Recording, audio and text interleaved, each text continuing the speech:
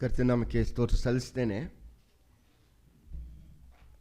ಪ್ರಥಮತಃ ನಿಮ್ಮೆಲ್ಲರನ್ನ ಕ್ಷಮೆ ಕೇಳ್ತೇನೆ, ಯಾಕಂದರೆ ನಾನು ಈ ಕೂಟಕ್ಕಾಗಿ ಬಹಳ ಹಿಂದೆಯೇ ಒಪ್ಕೊಂಡಿದ್ದೆ.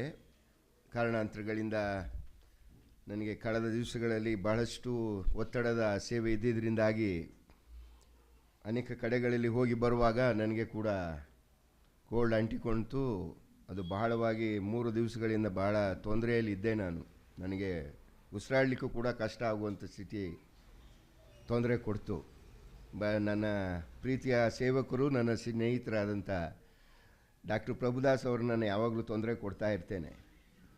ಪಾಪ ಭಾಳ ಕೇಳಿದ ತಕ್ಷಣ ಮೆಡಿಸಿನ್ ಕೊಡ್ತಾರೆ, ತಗೊಂಡೆ. ಮತ್ತು ಅವರು ಕೂಡ ನಿನ್ನೆ ಹೇಳಿದರು, ಇಲ್ಲ ಬ್ರದರ್ ನೀವು ಬರಲೇಬೇಕು, ನಾನು ಮೆಡಿಸಿನ್ ಕೊಟ್ಟಿದ್ದೀನಿ, ಪ್ರಾರ್ಥನೆಯೂ ಮಾಡ್ತೀನಿ, ಅಟ್ಲೀಸ್ಟ್ ಒಂದು ಸೆಷನ್ ಆದರೂ ನೀವು ಬಂದು ಹೋಗಲೇಬೇಕು ಅಂತೇಳಿ ನನ್ನನ್ನು ಪ್ರೇರೇಪಿಸಿ, ನನ್ನ ಉತ್ತೇಜಿಸಿ ಅವರು ನಡೆಸಿದ್ದಾರೆ. ಅವರಿಗೆ ನಾನು ವಂದನೆ ಸಲ್ಲಿಸ್ತೇನೆ. ಮುಖ್ಯವಾಗಿ ಅವರ ಜೊತೆಯಲ್ಲಿ ಸೇವೆ ಮಾಡೋದು ನನಗೆ ಭಾಳ ಸಂತೋಷದ ಕೆಲಸ. ಆಮೇಲೆ ಭಾಳ ಇಷ್ಟಪಡುವ ಸೇವಕರು ನನ್ನ ಡಾಕ್ಟರ್ ಪ್ರಭುದಾಸ್ ಅವರು. ಮಿಸ್ ಆಗ್ತದೆ ಅಂತ ಭಾವಿಸಿದೆ, ಹೇಗೂ ಬಂದು ನಿಂತಿದ್ದೇನೆ. ನಿಮ್ಮೆಲ್ಲರ ಪ್ರಾರ್ಥನೆಗೋಸ್ಕರ ಕೂಡ ನಿಮ್ಮನ್ನು ವಂದಿಸ್ತೇನೆ. ಹೆಚ್ಚು ನಾನು ಬೇರೆ ಮಾತನಾಡಲಿಕ್ಕೆ ಹೋಗೋದಿಲ್ಲ, ಸಮಯ ಇಲ್ಲದೆ ಇರೋದ್ರಿಂದ ದಯಮಾಡಿ ನನ್ನ ಜೊತೆಯಲ್ಲಿ ಈ ದಿವಸ ನಮಗೆ ಕೊಟ್ಟಂಥ ಸಬ್ಜೆಕ್ಟ್ ನಿಮ್ಮೆಲ್ಲರಿಗೂ ಗೊತ್ತಿದೆ, ಪವಿತ್ರಾತ್ಮನ ಕಾರ್ಯಗಳು. ಬಟ್ ನಾನು ಪವಿತ್ರಾತ್ಮ ಕಾರ್ಯಗಳಿಗೆ ಹೋಗುವುದಿಲ್ಲ. ನಮ್ಮ ಡಾಕ್ಟರ್ ಪ್ರಭುದಾಸ್ ಅವರು ಮತ್ತು ಮತ್ತೊಬ್ಬರು ಯಾರೋ ಸಹೋದರು ಮಾತಾಡ್ತಾಯಿದ್ರು, ಯಾರು ಗೊತ್ತಿಲ್ಲ ನನಗೆ, ಅವರು ಸ್ಟೀಫನ್ ಅವರು ಮಾತಾಡ್ತಾರೆ. ನಾನು ಬೇಸಿಗೆ ಹೋಗ್ತೇನೆ. ದಯಮಾಡಿ ಒಂದು ವಚನ ಓದ್ರಿ. ಮತ್ತಾಯನ ಬರೆದ ಸುವಾರ್ತೆ 3ನೇ ಅಧ್ಯಾಯ 11ನೇ ವಚನ. ಮತ್ತಾಯ 3:11.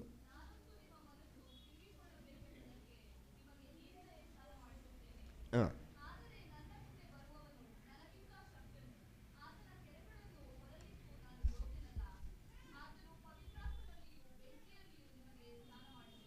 ಆತನು ಪವಿತ್ರಾತ್ಮನಲ್ಲಿಯೂ ಬೆಂಕಿಯಲ್ಲಿಯೂ ನಿಮಗೆ ಸ್ನಾನ ಮಾಡಿಸುವನು. ಈ ಮಾತನ್ನು ಯಾರು ಹೇಳ್ತಾ ಇದ್ದಾರೆ? ಸ್ನಾನಿಕನಾದ ಯೋಹಾನನು ಹೇಳ್ತಾ ಇದ್ದಾನೆ. ಇನ್ನು 2-3 ವಚನ ಅದಕ್ಕೋಸ್ಕರವಾಗಿ ಓದ್ರಿ. ಲೂಕನ ಬರೆದ ಸುವಾರ್ತೆ 3ನೇ ಅಧ್ಯಾಯ 16ನೇ ವಚನ. ಲೂಕ 3:16.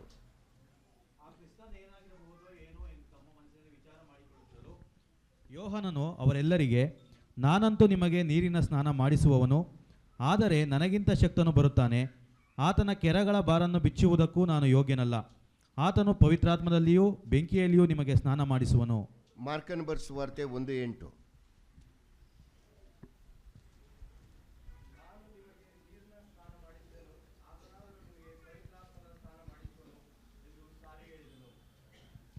ಯೋಹಾನ್ ಬರೆದ ಸುವಾರ್ತೆ 1:33.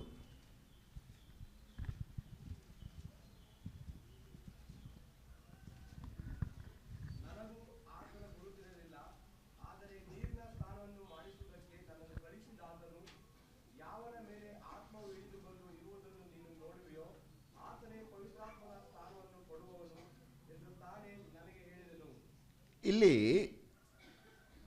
ಯಾಕೆ ನಾನು ಈ ಭಾಗವನ್ನು ನಿಮಗೆ ತಗೊಂಡಿದ್ದೇನೆ ಅಂದರೆ, ಈ ದಿವಸಗಳಲ್ಲಿ ಪವಿತ್ರಾತ್ಮನನ್ನು ಹೊಂದುವ ಬಗ್ಗೆ ನಮ್ಮಲ್ಲಿ ಬಹಳ ಗೊಂದಲಗಳಿವೆ. ಪವಿತ್ರಾತ್ಮನ ಕಾರ್ಯಗಳು ನಾವು ಕಲಿಬೇಕು, ಸಹಜ, ಒಳ್ಳೆಯದು.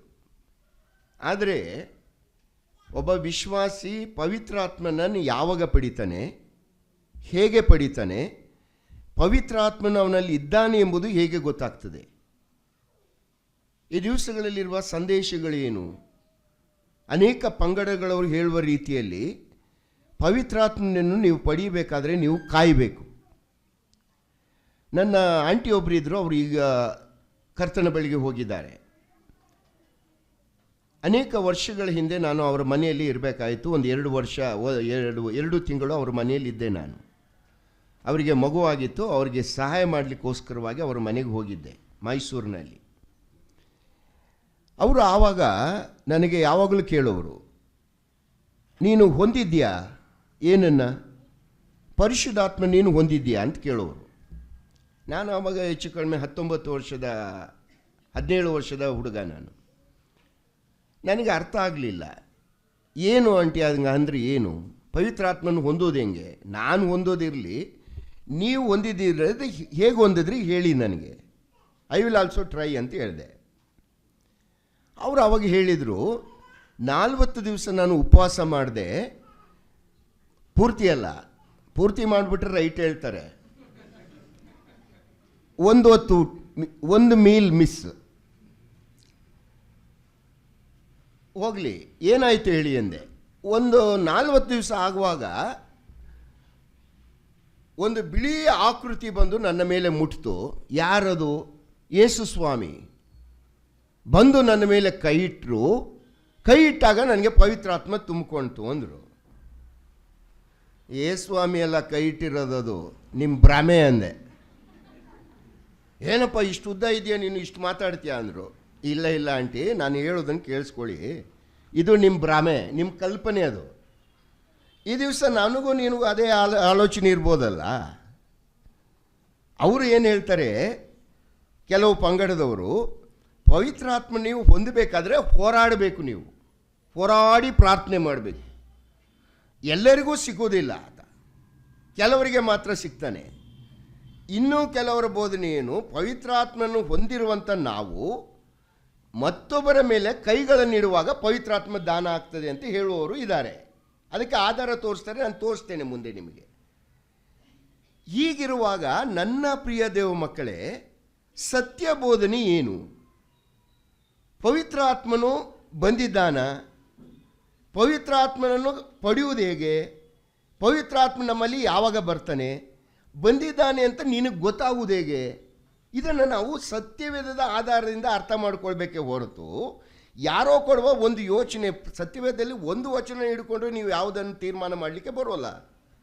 ಈಗ 1 ಯೋಹಾನ ಬರೆದ ಪತ್ರಿಕೆ 5ನೇ ಅಧ್ಯಾಯದಲ್ಲಿ ನೀವು ನನ್ನ ಹೆಸರಲ್ಲಿ ಏನು ಬೇಕಾದ್ರೂ ಬೇಡ್ಕೊಡ್ರಿ ನಿಮ್ಗೆ ಸಿಗ್ತದೆ. ಎಲ್ಲ ಕೇಳು ಸಿಕ್ಬಿಡ್ತದ? ಅದರ ಅರ್ಥ ಏನು? ಕರ್ತನ ಚಿತ್ತದ ಅನುಸಾರವಾಗಿ ನೀನೇನಾದ್ರು ಬೇಡ್ಕೊಂಡ್ರೆ ಅರ್ಥ ಮಾಡ್ಕೊಳ್ಬೇಕಲ್ಲ ನಾವು. ಅದರಿಂದ ಈ ವಾಕ್ಯ ಭಾಗಗಳಲ್ಲಿ, ನೀವು ಬೋಧಿಸಿದಂಥ ಭಾಗಗಳಲ್ಲಿ ಯೋಹಾನನ್ ಏನು ಹೇಳ್ತಾನೆ, ನನ್ನ ಹಿಂದೆ ಬರುವಾತನು ಪವಿತ್ರಾತ್ಮನಲ್ಲಿಯೂ ಬೆಂಕಿಯಲ್ಲಿಯೂ ಸ್ನಾನ ಮಾಡಿಸ್ತಾನೆ ನಿಮಗೆ. ಈಗ ಸ್ನಾನ ಅಂದರೆ ಏನು? ಸತ್ಯವೇದದಲ್ಲಿ ಸ್ನಾನ ಅಂತವಾಗ ಮುಳುಗಿಸು, ಇಮರ್ಸ್, ಬ್ಯಾಪ್ಟಿಸೋ ಇಟ್ಸ್ ಎ ಗ್ರೀಕ್ ವರ್ಡ್. ಮುಳುಗಿಸು, ಸಂಪೂರ್ಣವಾಗಿ ಮುಳುಗಿಸು ಅಂತ ಅರ್ಥವನ್ನು ಕೊಡ್ತದೆ, ಸರಿ ತಾನೆ? ಆದರೆ ಅದಕ್ಕೆ ಇನ್ನೊಂದು ಅರ್ಥ ಇದೆ. ಗಲಾತ್ಯದವರಿಗೆ ಬರೆದ ಪತ್ರಿಕೆ 3ನೇ ಅಧ್ಯಾಯ 27ನೇ ವಚನ, ದಯಮಾಡಿ ಓದ್ರಿ. ಗಲಾತ್ಯದವರಿಗೆ ಬರೆದ ಪತ್ರಿಕೆ 3ನೇ ಅಧ್ಯಾಯ 27ನೇ ವಚನ. ಹೇಗೆಂದರೆ ಕ್ರಿಸ್ತನಲ್ಲಿ ಸೇರುವುದಕ್ಕೆ ದೀಕ್ಷಾಸ್ನಾನ ಮಾಡಿಸಿಕೊಂಡಿರುವ ನೀವೆಲ್ಲರೂ ಕ್ರಿಸ್ತನನ್ನು ಧರಿಸಿಕೊಂಡಿರಿ. ಕ್ರಿಸ್ತನನ್ನು ಸೇರುವುದಕ್ಕೆ ದೀಕ್ಷಾಸ್ನಾನ, ಕ್ರಿಸ್ತನನ್ನು ಸೇರುವುದಕ್ಕೆ ದೀಕ್ಷಾಸ್ನಾನ ಮಾಡಿಸಿಕೊಂಡ್ರಿ ಅಂದರೆ ಎರಡು. ಆ ಸ್ನಾನಕ್ಕಿರುವಂಥ ಅರ್ಥ ಸೇರಿಸು. ಸ್ನಾನಿಕನಾದ ಯೋಹಾನು ಏನು ಹೇಳ್ತಾ ಇದ್ದಾನೆ, ಕ್ರಿಸ್ತನು ಬಂದಾಗ ಆತನು ಪವಿತ್ರಾತ್ಮಲ್ಲಿ ಸ್ನಾನ ಮಾಡಿಸ್ತಾನೆ, ಮುಳುಗಿಸ್ತಾನೆ ಅಂತ ಅಲ್ಲ, ಪವಿತ್ರಾತ್ಮಲ್ಲಿ ಸೇರಿಸ್ತಾನೆ ಅಂತ. ಸರಿ, ಯೇಸುಸ್ವಾಮಿ ಲೋಕಕ್ಕೆ ಬಂದ, ಯೇಸುಸ್ವಾಮಿಗೆ ಲೋಕದಲ್ಲಿ ಕೊಟ್ಟ ಹೆಸರು ಏನು? ಯೇಸು ಎಂಬ ಹೆಸರಿನ ಅರ್ಥ ಏನು? ಮತ್ತಾಯನ ಬರೆಸುವ ವಾರ್ತೆ 1ನೇ ಅಧ್ಯಾಯ 21ನೇ ವಚನದಲ್ಲಿ ಆತನಿಗೆ ಯೇಸು ಅಂತ ಹೆಸರಿಡಬೇಕು, ಯಾಕಂದರೆ ಆತನೇ ತನ್ನ ಜನರನ್ನು ಅವರ ಪಾಪಗಳಿಂದ ಬಿಡಿಸಿ ಕಾಯುವಾತನು. ಆದರೆ ಯೇಸುಸ್ವಾಮಿ ಈ ಲೋಕದಲ್ಲಿ ಇರಲಿಕ್ಕೆ ಸಾಧ್ಯತೆ ಇಲ್ಲ. ಆತನು ಲೋಕವನ್ನು ಬಿಡಬೇಕಾದ ಸಮಯ ಬಂದಾಗ ತನ್ನ ಶಿಷ್ಯರಿಗೆ ಹೇಳ್ತಾನೆ, ನಾನು ಲೋಕವನ್ನು ಬಿಡ್ತೇನೆ. ಲೋಕವನ್ನು ಬಿಟ್ಟರೂ ನಿಮ್ಮನ್ನು ಅನಾಥರಾಗಿ ಬಿಟ್ಟು ಹೋಗುವುದಿಲ್ಲ. ನಾನು ಹೋಗ್ತೇನೆ, ನನ್ನ ಹಾಗಿರುವ ಪವಿತ್ರಾತ್ಮನ, ನನ್ನಂತೆ ಇರುವಂಥ ಸಹಾಯಕನನ್ನು, ಬೇರೊಬ್ಬ ಸಹಾಯಕನನ್ನು ಕಳಿಸ್ಕೊಡ್ತೇನೆ. ಆತನು ಬೇರೆ ಯಾರಲ್ಲ, ಪರಿಶುದ್ಧಾತ್ಮನು. ನೀವು ಈಗ ತಾನೇ ಓದಿದ್ರಿ, ಯೋಹಾನ್ ಬರೆಸುವ ವಾರ್ತೆ 16ನೇ ಅಧ್ಯಾಯ 8ರಿಂದ 11 ವಚನದಲ್ಲಿ ಓದಿದ್ರಿ. ಮತ್ತೆ ಒಂದು ವಚನ ಯೋಹಾನ್ ಬರೆಸುವ ವಾರ್ತೆ 14ನೇ ಅಧ್ಯಾಯ 16, 17ನೇ ವಚನ ದಯಮಾಡಿ ಓದ್ರಿ. ಯೋಹಾನ್ ಬರೆಸುವ ವಾರ್ತೆ 14ನೇ ಅಧ್ಯಾಯ 16, 17. ಹಾಂ,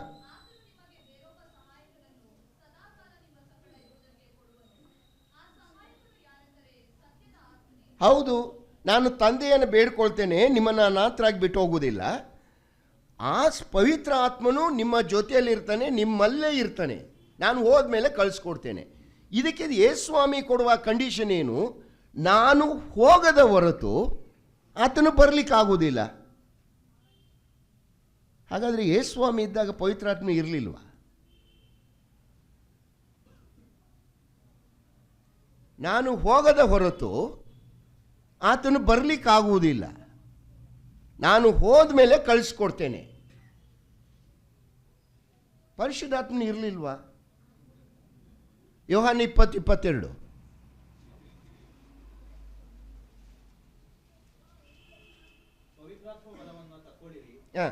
ನೀವು ಯಾರ ಪಾಪಗಳನ್ನು ಕ್ಷಮಿಸಿ ಬಿಡುತ್ತೀರೋ ಅವರಿಗೆ ಅವುಗಳ ಕ್ಷಮಾಪಣೆಯಾಗುತ್ತದೆ. ಯಾರ ಪಾಪಗಳನ್ನು ಕ್ಷಮಿಸದೆ ಯೇಸುಸ್ವಾಮಿ ಲೋಕದಲ್ಲಿರುವಾಗ ತನ್ನ ಶಿಷ್ಯರ ಮೇಲೆ ಊದಿ ತಗೊಳ್ಳಿರಿ, ಅದೇ ಕೆಲವರು ಊದ್ತಾ ಇರ್ತಾರೆ ಈಗ, ಊದಿ ಪವಿತ್ರಾತ್ಮನನ್ನು ತೆಗೆದುಕೊಳ್ಳ್ರಿ, ನೀವು ಯಾರ ರೋಗಗಳನ್ನು ವಾಸಿ ಮಾಡ್ತೀರೋ, ಯಾರ ದೆವ್ವಗಳನ್ನು ಬಿಡಿಸ್ತೀರೋ ಅದಾಗ್ತದೆ, ಟೇಕ್ ಇಟ್.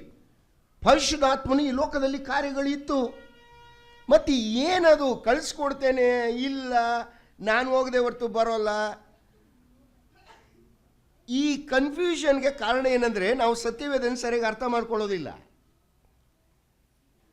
ಯೇಸು ಸ್ವಾಮಿ ಹಳೆ ಒಡಂಬಡಿಕೆ ಸಮಯದಲ್ಲಿ ಯೇಸು ಸ್ವಾಮಿ ಕಾರ್ಯಗಳಿತ್ತ?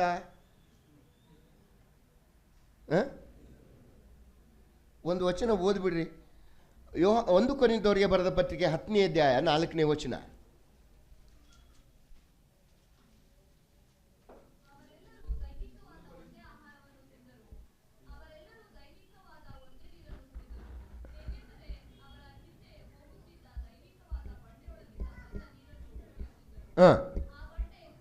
ಆ ಬಂಡೆ ಕ್ರಿಸ್ತನೇ ಆಗಿದ್ದ.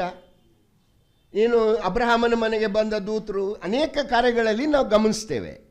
ಏನಾಯಿತು? ಗಲಾತ್ಯದವರಿಗೆ ಬರೆದ ಪತ್ರಿಕೆ 4ನೇ ಅಧ್ಯಾಯ 4ನೇ ವಚನದಲ್ಲಿ ನೀವು ಬರ್ಕೊಂಡ್ಬಿಡ್ರಿ, ಯಾಕಂದ್ರೆ ನನಗೆ ಸಮಯ ಇಲ್ದಿದ್ರೆ ನಾನು ಹಾಗೆ ಹೇಳ್ಕೊಂಡು ಹೋಗ್ಬಿಡ್ತೇನೆ. ಕಾಲವು ಪರಿಪೂರ್ಣವಾದಾಗ ಧರ್ಮಶಾಸ್ತ್ರ ಅಧೀನನಾಗಿಯೂ ಸ್ತ್ರೀಯಲ್ಲಿ ಹುಟ್ಟಿದವನಾಗಿಯೂ ಯೇಸುಸ್ವಾಮಿ ಮನುಷ್ಯನಾಗಿ ಲೋಕಕ್ಕೆ ಬಂದ. ಹಿಂದೆ, ಅದಕ್ಕಿಂತ ಹಿಂದೆ ಆತನ ಕಾರ್ಯ ಇರಲಿಲ್ಲ ಅಂತ ಅರ್ಥ ಅಲ್ಲ, ಇದೆ. ಈ ಮುಂದಕ್ಕೆ ಈಗಿಲ್ವಾ ಯೇಸುಸ್ವಾಮಿ ಕಾರ್ಯ? ಯೇಸುಸ್ವಾಮಿ ಏನು ಹೇಳ್ತಾನೆ? ಪ್ರಕಟಣೆ ಬರೆದ ಪುಸ್ತಕ 3ನೇ ಅಧ್ಯಾಯ 21ನೇ ವಚನದಲ್ಲಿ, ಈಗೋ ಬಾಗಿಲಲ್ಲಿ ನಿಂತುಕೊಂಡು ತಟ್ತಾ ಇದ್ದಾನೆ, ಯಾವನಾದರೂ ನನ್ನ ಸ್ವರವನ್ನು ಕೇಳಿ ಬಾಗಿಲು ತೆರೆದರೆ ನಾನು ಬಂದು ಅವನ ಜೊತೆಯಲ್ಲಿ ನಾನು ನನ್ನ ತಂದೆ ಊಟ ಮಾಡ್ತೇವೆ ಅಂತ ಹೇಳ್ತಾನೆ. ಆ್ಯಕ್ಚುಲಾಗಿ ಯೇಸುಸ್ವಾಮಿ ಈಗಿರುವುದೆಲ್ಲಿ?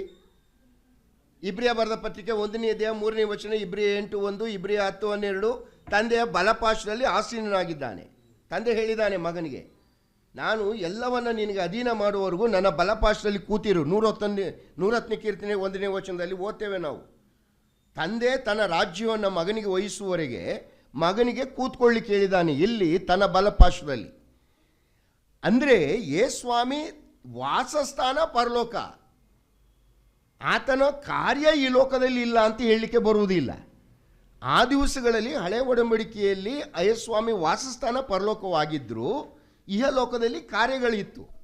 ಆತನು ಈ ಲೋಕದಲ್ಲಿ ಕಾರ್ಯಗಳನ್ನು ಮಾಡ್ತಾ ಇದ್ದ ಅಂತ ವಾಕ್ಯದಲ್ಲಿ ಗಮನಿಸ್ತೀರಿ. ಕಾಲ ಪರಿಪೂರ್ಣವಾದಾಗ ಮನುಷ್ಯ ಆಕಾರದಲ್ಲಿ ಬಂದನು. ಅದರಿಂದಲೇ ಲೂಕನ ಬರೆಸುವಾರ್ತೆ 2ನೇ ಅಧ್ಯಾಯ 7ನೇ ವಚನದಲ್ಲಿ ಆ ಮಗುವನ್ನು ಬಟ್ಟೆಯಲ್ಲಿ ಸುತ್ತಿ ಗೋದಲೆಯಲ್ಲಿ ಮಲಗಿಸಿದ್ಲು. ಅಂದರೆ ಆಕಾರದಲ್ಲಿ ಮನುಷ್ಯನಾಗಿ ನಮ್ಮ ಮಧ್ಯದಲ್ಲಿ ಬಂದ ಅಂತ ಅರ್ಥ. ಈಗ ಯೇಸುಸ್ವಾಮಿ ಮಾತಿನ ಅರ್ಥ ಏನಂದರೆ, ನಾನು ಹೋಗ್ತೇನೆ, ಹೋದ್ಮೇಲೆ ಪವಿತ್ರಾತ್ಮನ ಕಳಿಸ್ಕೊಡ್ತೇನೆ. ಪವಿತ್ರಾತ್ಮನು ಈಗ ಇಲ್ಲ ಅಂತ ಅರ್ಥ ಅಲ್ಲ, ಅದು ಕಾರ್ಯಗಳಿಲ್ಲ ಅಂತಲಲ್ಲ. ಪವಿತ್ರಾತ್ಮನು ಈಗಲೂ ಇದ್ದಾನೆ, ಕಾರ್ಯ ಮಾಡ್ತಾನೆ, ವಾಸಸ್ಥಾನ ಇಲ್ಲಿಲ್ಲ.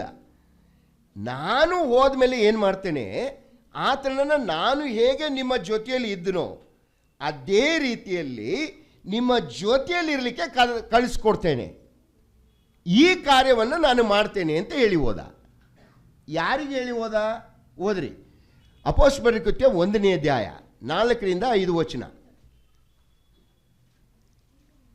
ಅಪೊಸ್ತಲರ ಕೃತ್ಯ.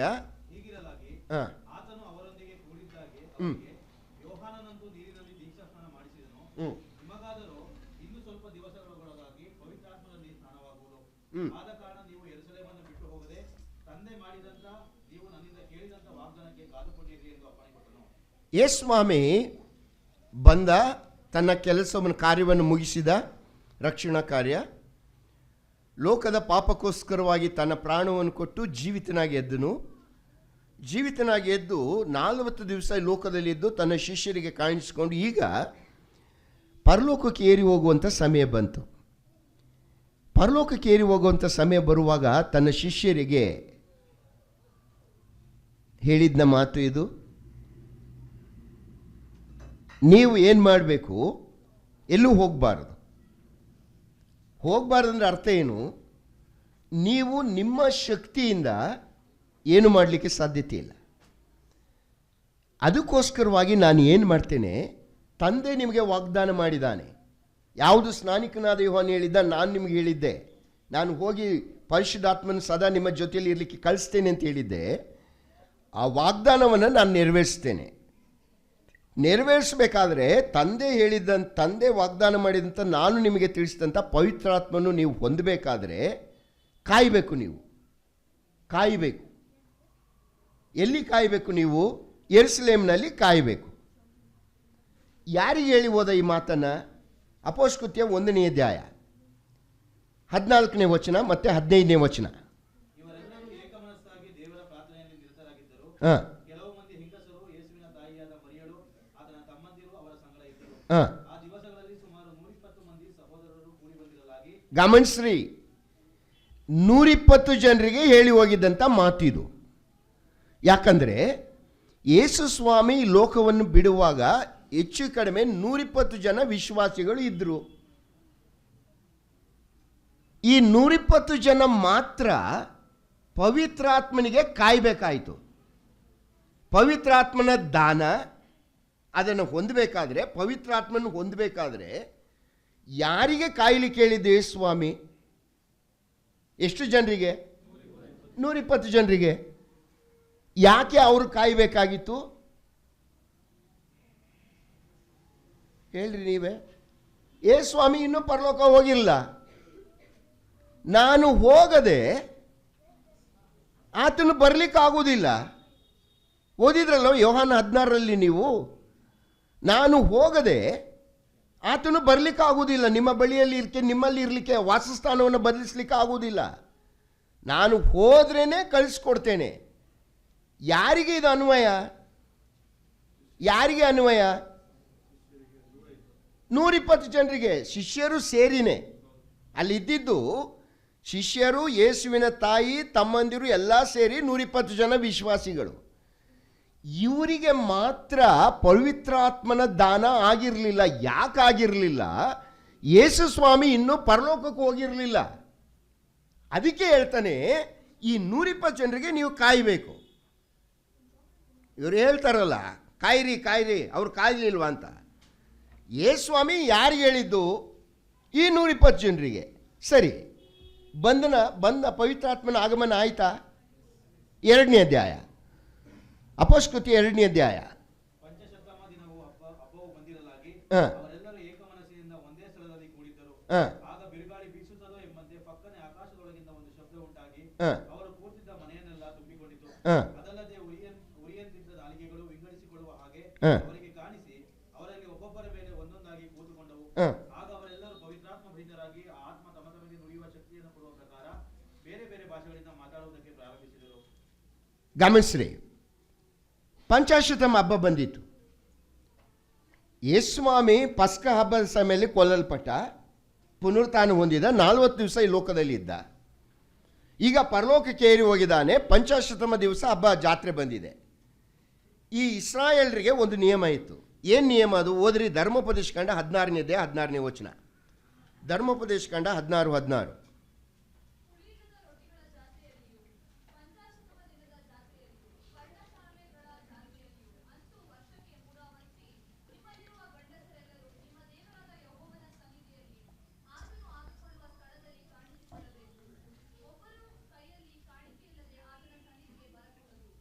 ನಿಮ್ಮಲ್ಲಿ ಮೋಶೆಯ ಮೂಲಕ ಇಸ್ರಾಯೇಲ್ ಜನರಿಗೆ ದೇವರು ಕಟ್ಟಪ್ಪಣೆ ಕೊಟ್ಟಿದ್ದ,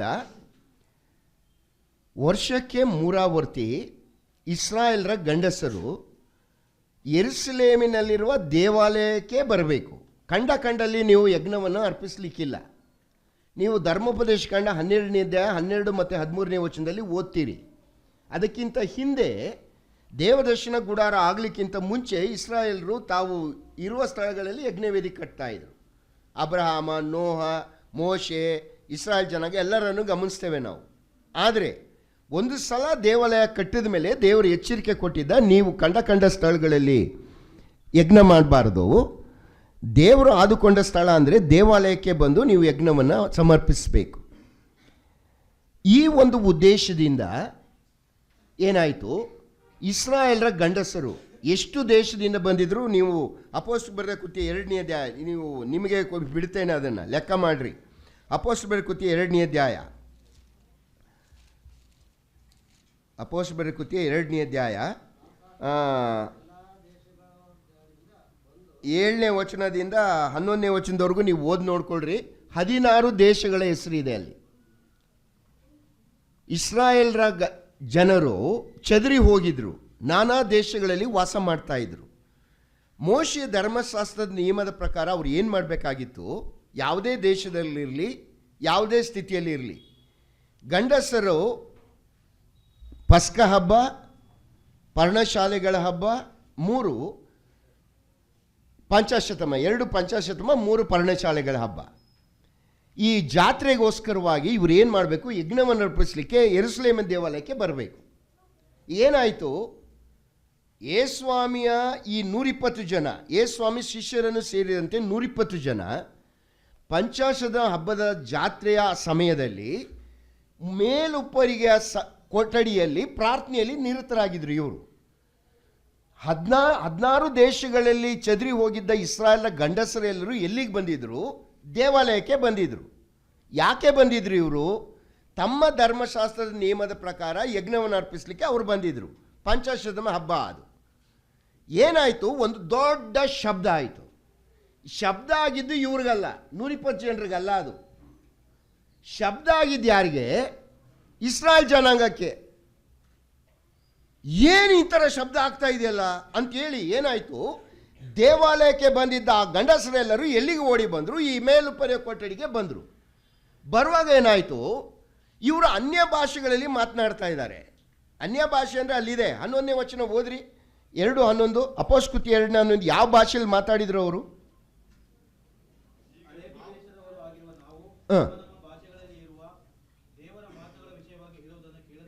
ಅವ್ರು ಮಾತಾಡಿದ್ದು ಯಾವ ಭಾಷೆ ಗೊತ್ತಾ ನಿಮಗೆ? ಯಾವುದೋ ಒಂದು ಯೂನಿವರ್ಸ್ ಭಾಷೆ ಅಲ್ಲ, ಅಪಲ್ಲಪ ತಪ ಅಲ್ಲ. ಏನನ್ನು ಮಾತಾಡಿದ್ರಂತೆ ಅವರು? ಏನನ್ನು ಮಾತನಾಡಿದ್ರಂತೆ? 16 ದೇಶಗಳ ನಮ್ಮ ಭಾಷೆಗಳು, ನಮ್ಮ ದೇಶಗಳ ನಮ್ಮ ಹುಟ್ಟು ಭಾಷೆಯಲ್ಲಿ ಇವರು ಮಾತಾಡ್ತಾ ಇದ್ದಾರಲ್ಲ, ಹೌ ಇಟ್ ಈಸ್ ಪಾಸಿಬಲ್? ಹೇಗೆ ಇವರು ಮಾತನಾಡ್ತಾ ಇದ್ದಾರೆ? ಅದಕ್ಕೆ ಅವರೊಂದು ಕಾರಣ ಕಂಡು ಹಿಡ್ಕೊಂಡ್ರಂತೆ. ಏನು ಕಾರಣ ಕಂಡು ಹಿಡಿದ್ರು? ಅಲ್ಲೇ ಇದೆ ನೋಡಿ. 14ನೇ ವಚನದಲ್ಲಿ ಪೇತ್ರನು ಹೇಳ್ತಾನೆ, 15ನೇ ವಚನ, ನೀವು ಭಾವಿಸಿದಂತೆ ಇವರು ಅಮೆಲೇರಿದವರಲ್ಲ. ಯಾಕಂದರೆ ಕುಡಿದಾಗ ಅನ್ಯ ಭಾಷೆ ಬರ್ತದೆ. ನಮ್ಮ ಕಚೇರಿಯಲ್ಲಿ ಒಬ್ಬ ಇದ್ದ, ಅವನು ಇಲ್ಲ, ತೀರ್ಕೊಂಡ ಬಿಡಿ, ನಾನು ಇರುವಾಗಲೇ ತೀರ್ಕೊಂಡ. ಅವ್ರೇನು ಮಾಡಿದರು, ಅವನನ್ನು ನನಗೆ ಪರ್ಮನೆಂಟ್ PO ಕೊಟ್ಬಿಟ್ಟಿದ್ರು. ಬಿಕಾಸ್ ಭಾಳ ಒಳ್ಳೆ ವರ್ಕರ್ ಅವನು. ಏನಂದರೆ ಕುಡಿದು ಬಂದಾಗ ಮನುಷ್ಯನೇ ಅಲ್ಲ ಅವನು. ಅವನೇನು ಮಾಡೋನು, ಬೆಳಿಗ್ಗೆನೇ ಕುಡಿದು ಬಿಡೋದು, ಆದರೆ ಮತ್ತಿನಲ್ಲಿ ಬರೋನು. ಅದಕ್ಕೆ ಇವನು ಕಂಟ್ರೋಲ್ ಮಾಡಬೇಕಾದ್ರೆ ನೀವೇ ಸರಿ ಸಾರ್ ಅಂತೇಳಿ ನನಗೆ ಪರ್ಮನೆಂಟ್ ಅವನೇ PO. ಒಮ್ಮೆ ನನ್ನ ಹಾಗೆ ಕೋಲ್ಡ್ ಆಗಿತ್ತೇನೋ ಅವನಿಗೂ, ಕುಡಿದೇ ಬಂದಿದ್ದ. ಅಲ್ಲ ಕಣೋ, ಎಲ್ಲಿವರೆಗೂ ಓದಿದ್ಯೋ ಅಂತಂದೆ. ಹೋಗಿ ಸ್ವಾಮಿ, ನಾನು ಶಾಲೆ ಮುಖವೇ ಕಂಡಿಲ್ಲ ಅಂತಂದ. ಹೌದಾ, ಮತ್ತೆ ಬರೀ ಇಂಗ್ಲೀಷೇ ಮಾತಾಡ್ತೀಯಲ್ಲೋ ಹೆಂಗೋ ಅಂತಂದೆ. ಇಂಗ್ಲೀಷ್ ಮಾತಾಡ್ತೀನ? ಕುಡಿದು ಬಂದ್ಬಿಟ್ರೆ ಕನ್ನಡ ಒಳ್ಳೆ ಬರ್ತಿರ್ಲಿಲ್ಲ ಅವನಿಗೆ, ಬರೀ ಇಂಗ್ಲೀಷೇ ಮಾತಾಡೋನು. ಹೆಂಗೋ ಅಂತಂದರೆ ಗೊತ್ತಿಲ್ಲ ಸ್ವಾಮಿ ನನಗೆ ಅಂತಾನೆ. ಇವ್ರು ತಿಳ್ಕೊಂಡಿದ್ದ ಹಂಗೆ. ಬೆಳಗ್ಗೆ ಇವರು ಅನ್ಯ ಭಾಷೆಯಲ್ಲಿ ಮಾತನಾಡ್ತಾ ಇದ್ದಾರೆ ಅಂದರೆ ಇವರು ಮತ್ತರಾಗಿದ್ದಾರೆ ಎಂಬ ಯೋಚನೆಯಲ್ಲಿ ಇವರು ತಿಳ್ಕೊಂಡ್ರೆ ಪೇತ್ರನು ಎದ್ದು ನಿಂತು ಹೇಳ್ತಾನೆ, ನೋ, ನೀವು ತಿಳ್ಕೊಂಡಂತೆ ಅಲ್ಲ.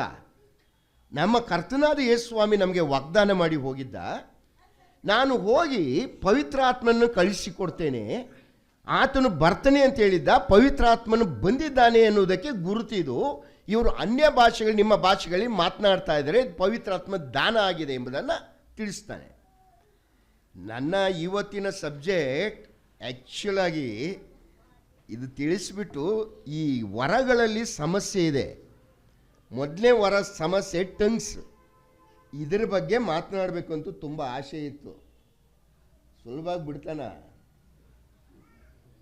ನನ್ನ ಗಂಟ್ಲಿಗೆ ಹೊಡೆದು ಬಿಟ್ಟ. ಇರಲಿ ಬಿಡಿ, ಮುಂದೆ ಯಾವಾಗಲಾದ್ರು ಬರ್ತೀನಿ. ಆ ವರಗಳ ಬಗ್ಗೆನೇ ಮಾತನಾಡಬೇಕೆಂಬ ಆಸೆ ಇತ್ತು ನನಗೆ, ಆಗಲಿಲ್ಲ ಬಿಡ್ರಿ. ಅದು ಯಾಕಂದರೆ ದೊಡ್ಡ ಸಬ್ಜೆಕ್ಟ್ ಅದು. ಈಗ ಇವರು ಅನ್ಯ ಭಾಷೆಗಳಲ್ಲಿ ಮಾತನಾಡಿದರು, ಅವರು ಅದನ್ನು ತಿಳ್ಕೊಂಡ್ರು. ಅಂದರೆ ಪವಿತ್ರಾತ್ಮನ ಆಗಮನ ಆಯಿತು. ಪವಿತ್ರಾತ್ಮನ ಆಗಮನ ಆಗಿದೆ ಎಂಬುದು ಗೊತ್ತಾಗಿದೆ ಹೇಗೆ? ಪವಿತ್ರಾತ್ಮನ ಆಗಮನ ಆಯಿತು, ಆಗಮನ ಆಗಿದೆ. ನನ್ನ ಮಾತಿಗೆ ಸರಿಯಾಗಿ ಗಮನಿಸ್ರಿ. ಪವಿತ್ರಾತ್ಮನ ಆಗಮನ ಆಗಿದೆ ಎಂಬುದು ಅವ್ರಿಗೆ ಹೇಗೆ ಗೊತ್ತಾಯಿತು?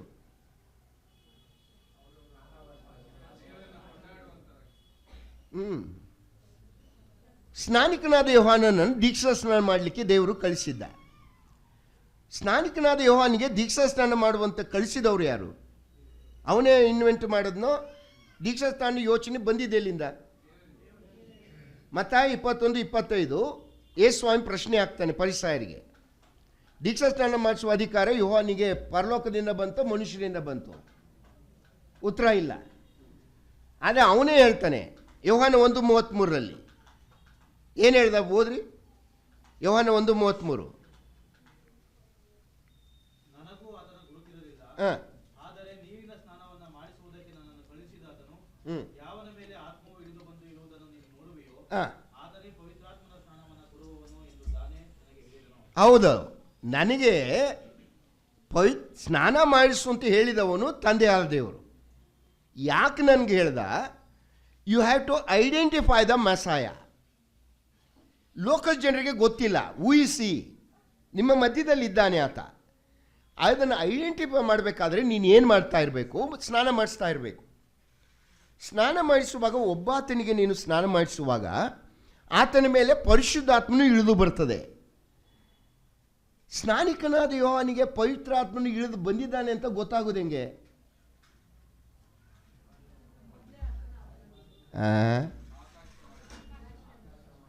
ಆಕಾಶ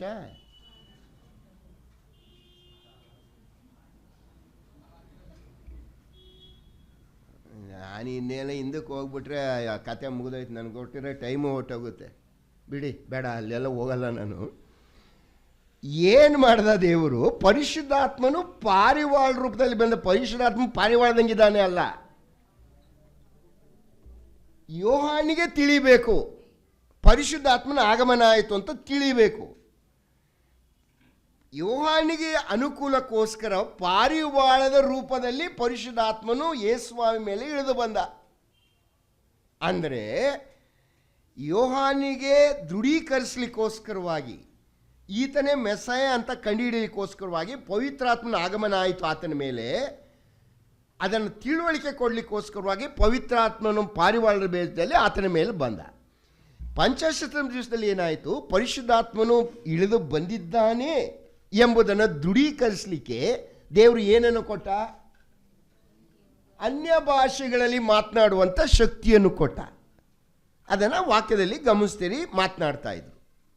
ಸರಿ, ಈಗ ನಮ್ಮ ಪ್ರಶ್ನೆ ಏನು ಗೊತ್ತೇ? ಯೇಸುಸ್ವಾಮಿ ಹೇಳುವಾಗಿದ್ದ ಪರಿಶುದ್ಧಾತ್ಮನ ಕಳಿಸ್ಕೊಡ್ತೇನೆ ಅಂತ ಹೇಳಿದ್ದ. 120 ಜನರಿಗೆ ಕಾಯಬೇಕು ಅಂತ ಹೇಳಿದ್ದ. ಅವರು ಕಾಯ್ತಾ ಇದ್ರು. ಕಳಿಸ್ಕೊಟ್ನ ಯೇಸುಸ್ವಾಮಿ. ಪವಿತ್ರಾತ್ಮನು ಬಂದ.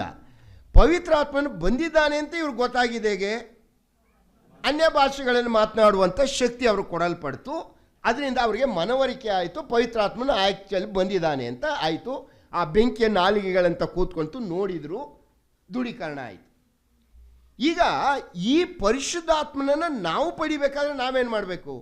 ಅವರೇನು ಹೇಳ್ತಾ ಇದ್ದಾರೆ? ಅವರು 120 ಜನ ಕಾಯ್ತಾ ಇದ್ದ ರೀತಿಯಲ್ಲಿ ನಾವು ಕಾಯಬೇಕು. ದಸ್ತವೇ. ಆಮೇಲೆ ಅವ್ರಿಗೆ ಟಂಗ್ಸಲ್ಲಿ ಮಾತಾಡ್ದಂಗೆ ನಾವು ಟಂಗ್ಸಲ್ಲಿ ಮಾತಾಡಬೇಕು. ನಾನು ಒಂದು ಕೂಟದಲ್ಲಿ ಮಾತನಾಡ್ತಾ ಇದ್ದೆ. ಅಲ್ಲಿಗೆ ಸುಮಾರು ಒಂದು 20 ಪಾಸ್ಟ್ರುಗಳೇ ಬಂದ್ಬಿಟ್ಟಿದ್ರು. ನಮ್ಮ ಪಂಗಡದವರಲ್ಲ, ಬೇರೆ ಪಂಗಡದ ಪಾಸ್ಟ್ರುಗಳು. ಅವರೆಲ್ಲ ನನ್ನ ಮೆಸೇಜ್ ಕೇಳಿದ್ರು. ಕೇಳಿಬಿಟ್ಟು, ಅಣ್ಣ ಇದೇನಣ್ಣ ಪವಿತ್ರಾತ್ಮನಿಗೆ ಇಷ್ಟು ಕ್ಲಿಯರಾಗಿ ಮಾತಾಡ್ತೀರಿ ನೀವು? ನಾವೆಲ್ಲ ತಪ್ಪು ತಿಳ್ಕೊಂಡು ತಪ್ಪು ಬೋಧನೆ ಮಾಡ್ತೀವಿ. ಅಂತ ಹೇಳ್ಬಿಟ್ಟು ಅವ್ರದ್ದೇ ಲೇಡಿ ಪಾಸ್ಟ್ಗೆ ಫೋನ್ ಮಾಡಿದ್ರು, ಮೊಬೈಲ್ನಲ್ಲಿ ವೀಡಿಯೋ ಕಾಲ್ ಮಾಡಿದರು. ನನಗೆ ತೋರಿಸ್ತಾ ಇದ್ದಾರೆ ವೀಡಿಯೋ ಕಾಲಲ್ಲಿ, ನಾವು ಪವಿತ್ರಾತ್ಮನ ಬಗ್ಗೆ ಜನರನ್ನ ಕೇಳ್ತಾ ಇದ್ದೀವಿ ನೋಡು, ಅವರು ಎಷ್ಟು ಚೆನ್ನಾಗಿ ಪವಿತ್ರಾತ್ಮನ ಪಡೆಯೋದು ಹೆಂಗೆ, ಪವಿತ್ರಾತ್ಮನ ದಾನ ಅಂದ್ರೇನು ಎಷ್ಟು ಚೆನ್ನಾಗಿ ತಿಳಿಸ್ತಾ ಇದ್ದಾರೆ, ನೀನು ಬಂದುಬಿಡು ನೀನು ಕೇಳಿಸ್ಕೊಳ್ವೆ ಅಂತಾರೆ. ನಾನು ಖಂಡಿತ ಬರಲ್ಲ, ಅವ್ರಿಗೆ ಅಭಿಷೇಕ ಇಲ್ಲ, ಅವರು ಟಂಗ್ಸಲ್ಲಿ ಮಾತಾಡಲ್ಲ, ಅಭಿಷೇಕ ಇಲ್ಲ, ಬರಲ್ಲ ಅಂದರೆ ಕೇಳಿಸ್ಕೊಳ್ರಮ್ಮ. ಅಂದರೆ ಅವರು ಏನು ಆಧಾರ ಕೊಡ್ತಾರೆ ಇದನ್ನು ಆಧಾರ ತಗೊಳ್ತಾರೆ. ಈಗ ನನ್ನ ಪ್ರಶ್ನೆ ಏನು, ಈ ಬ್ರದರ್ನವ್ರಿಗೆ ಬೇರೆ ಕೆಲಸ ಇಲ್ಲ, ಇವ್ರಿಗೆ ಯೋಗ್ಯತೆ ಇಲ್ಲ ಇವರಿಗೆ, ಅದಕ್ಕೆ ಪವಿತ್ರ ಆತ್ಮನು ನಮ್ಮದಾಗಲೇ ಬಂದುಬಿಟ್ಟ ಅಂತ ಹೇಳ್ಬಿಡ್ತಾರೆ. ಪವಿತ್ರ ಆತ್ಮನ ಬಂದಿದ್ದಾನೆ ಅಂತ ಗೊತ್ತಾಗೋದು ಹೆಂಗೆ ಅಂತ ಇವರು ಆದಿ ಸಭೆಗಳಲ್ಲಿ ಆಗಿದ್ದೇನು, ಪವಿತ್ರ ಆತ್ಮ ಬಂದಾಗ ಆಗಿದ್ದೇನು ಎಂಬುದನ್ನು ಆಧಾರ ತಗೊಳ್ತಾರೆ. ಈಗ ನಾನು ಇದನ್ನು ನಿಮಗೆ ಕ್ಲಿಯರ್ ಮಾಡಬೇಕು. ಈಗ ಪವಿತ್ರ ಆತ್ಮನಿಗೆ ಕಳಿಸ್ತೇನೆ ಅಂತ ಹೇಳಿದ್ದ, ಇವರು ಕಾಯ್ತಾ ಇದ್ದರು, ಸ್ವಾಮಿ ಕಾಯಬೇಕು ಅಂತ ಹೇಳಿದ್ದ, 120 ಜನ ಕಾಯ್ದರು, ಕಳಿಸ್ಕೊಟ್ಟ, ಆಗಮನ ಆಯಿತು. ಆಗಮನ ಆಗಿದ್ದಕ್ಕೆ ಸೂಚನೆ ಏನು, ಅವರು ಅನ್ಯ ಭಾಷೆಗಳಲ್ಲಿ ಮಾತನಾಡಿದರು. ಈಗ ನಾನು ನೀನು ಈ ಪವಿತ್ರಾತ್ಮನ ಪಡಿಬೇಕಾದ್ರೆ ಕಳಿಸ್ಕೊಡು ಅಂತ ಕೇಳುವಂಥ ಅವಶ್ಯಕತೆ ಇಲ್ಲ. ಯಾಕಂದರೆ ಸ್ವಾಮಿ ಆಲ್ರೆಡಿ ಕಳಿಸ್ಕೊಟ್ಟಾಗಿದೆ. ನೀವು ಮಾಡಬೇಕಾದ ಕೆಲಸ ಏನೀಗ, ಆತನನ್ನು ಪಡಿಬೇಕು. ಪಡಿಬೇಕಾದ್ರೆ ನಾವೇನು ಮಾಡಬೇಕು ಓದ್ರಿ, ಅಪೊಸ್ತಲಕೃತ್ಯ 2ನೇ ಅಧ್ಯಾಯ 37-38ನೇ ವಚನ. ಅಪೊಸ್ತಲಕೃತ್ಯ 2ನೇ ಅಧ್ಯಾಯ 37-38.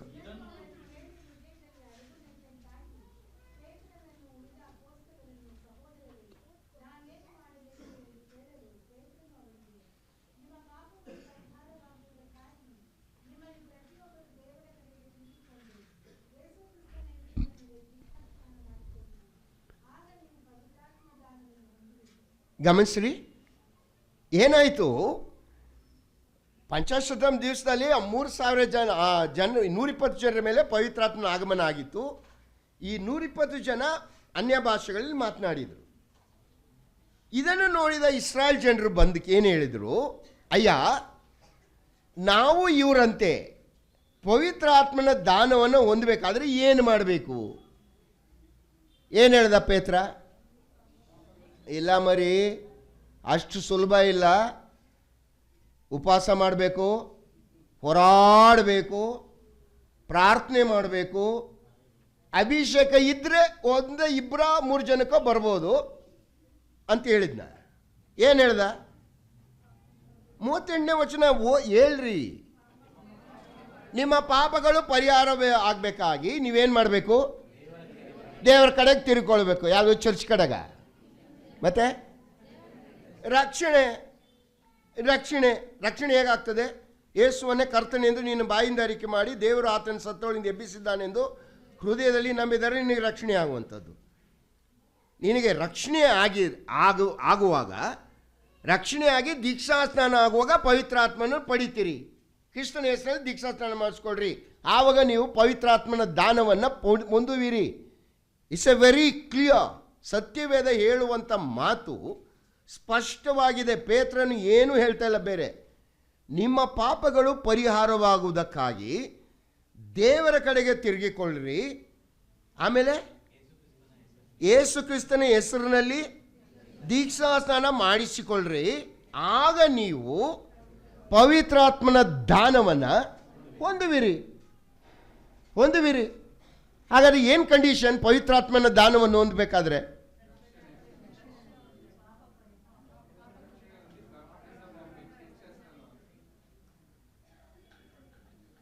ಏನು ಸಿಕ್ಕಾಪಟ್ಟೆ ಹೇಳ್ತಾ ಇದ್ದೀರಲ್ಲ. ಅಂದರೆ ದೀಕ್ಷಾಸ್ನಾನ ಆಗದೆ ಇದ್ರೆ ಬರಲ್ಲ. ರಕ್ಷಣೆ ಹೊಂದಿದ್ದು ಸರಿ ಸಿಸ್ಟರ್, ಮುಗಿತಾಲ್ಗೆ ಇಲ್ಲ ಅಂದರೆ 50-50 ಚಸ್ಕಾ ಮಸ್ಕಾ. ಅದೇನೋ ಬಿಸ್ಕೆಟ್ ಬರ್ತಿತ್ತಲ್ಲ, ಸುಮ್ಮನೆ ಹೇಳ್ತಿಲ್ಲ ನಾನು. ನಮ್ಮ ಸಭೆಯಲ್ಲಿ ಒಂದು ನಿಯಮ ಮಾಡಿದರು ಆ ದಿವಸಗಳು, ಒಂದು 30 ವರ್ಷದ ಹಿಂದಿನ ಮಾತು. ನಾನು ಸೇವೆ ಮಾಡ್ತಾಯಿದ್ದೆ, ನನ್ನ ಪಾಡಿಗೆ ನಾನು ಎಲ್ಲ ಮಾಡ್ಕೊಂಡಿದ್ದೆ. ಅನೇಕರು ರಕ್ಷಣೆಗೆ ಬಂದುಬಿಟ್ರು. ನಮ್ಮ ಸಭೆಗೆ ಅದು ಇಷ್ಟಪಡ್ತಿರ್ಲಿಲ್ಲ. ಅವ್ರಿಗೆ ಏನಂದರೆ, ನಮ್ಮದು ಇಂಗ್ಲೀಷ್ ಸಭೆ, ಕನ್ನಡದವ್ರು ಬರೋದು ಇಷ್ಟ ಇಲ್ಲ ಅವ್ರಿಗೆ. ಅದಕ್ಕೆ ಅವರು ಅಂದರು no linguistic language here is only English here ಅಂತಂದರು. ಆಮೇಲೆ ಏನು ಮಾಡೋ ಒಂದು ಕಂಡೀಷನ್ ಮಾಡಿದರು, ಯಾರು ಎಲ್ಲೂ ಹೋಗಿ ಸೇವೆ ಮಾಡೋಂಗಿಲ್ಲ ಸಭೆಯವರು, ಮೌತ್ ಶಟ್. ನಮ್ಮ ಎಲ್ರುಗಳೇ ಹೋಗಿ ಟೀಮ್ ಮಾಡಿಬಿಡ್ತೀವಿ, ಅವರವ್ರು ಏರಿಯಾದವರು ಅಲ್ಲಲ್ಲೇ ಸೇರಬೇಕು. ನನಗೆ ಮುಖ್ಯವಾಗಿ ನಾನು ಎಲ್ಲಿ ಸೇವೆ ಮಾಡ್ತೀನಿ ಆ ಏರಿಯಾ ಬಿಟ್ಬಿಟ್ಟು ನಿನ್ನ ಮನೆ ಹತ್ರನೇ ಅಲ್ಲೇ ಹೋಗ್ಬೇಕು ನೀನು, ಅವರು ಎಲ್ಡರ್ ಬರೋ ಜಾಗಕ್ಕೆ ಅಂತ. ಆಯ್ತು ಬಿಡಿ ಅಂತ ನನ್ನ ಪಾಡಿಗೆ.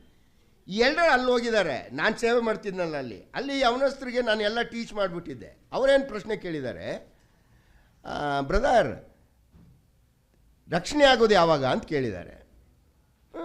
ಸ್ವಾಮಿ ನಂಬುವಾಗ. ಮತ್ತು ದೀಕ್ಷಾಸ್ನಾನ ಏನಕ್ಕೆ ಅಂತ ಕೇಳಿದ್ದಾರೆ. ಇವರೇನು ಹೇಳಿದ್ದಾರೆ, ರಕ್ಷಣೆ ಹೊಂದುವಾಗ 50, ದೀಕ್ಷಾಸ್ನಾನ ಆಗುವಾಗ 50. ತಲೆ ಎಲ್ಲ ಇವ್ರು ಕೇಳಿಸ್ಕೊಂಡಿದ್ರಲ್ಲ ನನ್ನ ವಾಕ್ಯ ಎಲ್ಲ, ಇವನ ವಾಕ್ಯ ಗೊತ್ತಿಲ್ಲ ನಮ್ಗೆ ಬೋಧನೆ ಮಾಡೋಕ್ಕೆ ಬರ್ತಾನೆ ಅಂತ ಗಲಾಟೆ ಮಾಡಿಬಿಟ್ಟಿದ್ದಾರೆ.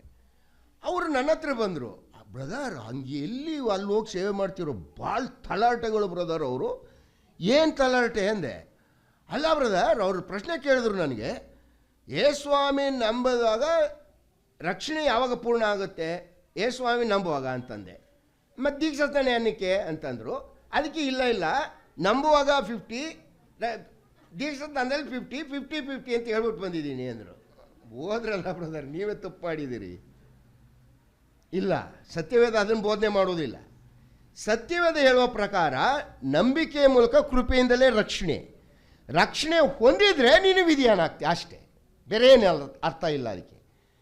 ಇಲ್ಲಿ ನಾನು ಯಾಕೆ ಈ ಮಾತು ಹೇಳ್ತಾ ಇದ್ದೀನಿ, ಪೇತ್ರನು ಏನು ಹೇಳ್ದ, ನೀವು ನಾನು ಪವಿತ್ರಾತ್ಮನ ದಾನವನ್ನು ಹೊಂದಬೇಕಾದ್ರೆ ನಮಗಿರುವ ಕಂಡೀಷನ್ ಒಂದೇ, ಯೇಸು ಎಂಬ ಕರ್ತನನ್ನು ನೀನು ರಕ್ಷಕನಾಗಿ ಹೊಂದಿ ದೀಕ್ಷಾಸ್ನಾನ ಪಡಿಬೇಕು. ನನ್ನ ಪ್ರಶ್ನೆ ಮರು ಪ್ರಶ್ನೆ, ರಕ್ಷಣೆ ಹೊಂದುವಾಗ ಪವಿತ್ರಾತ್ಮನ ಬರೋಲ್ವಾಗಾದರೆ ದೀಕ್ಷಾಸ್ನಾನ ಅವಶ್ಯಕತೆ ಇದೆಯಾ?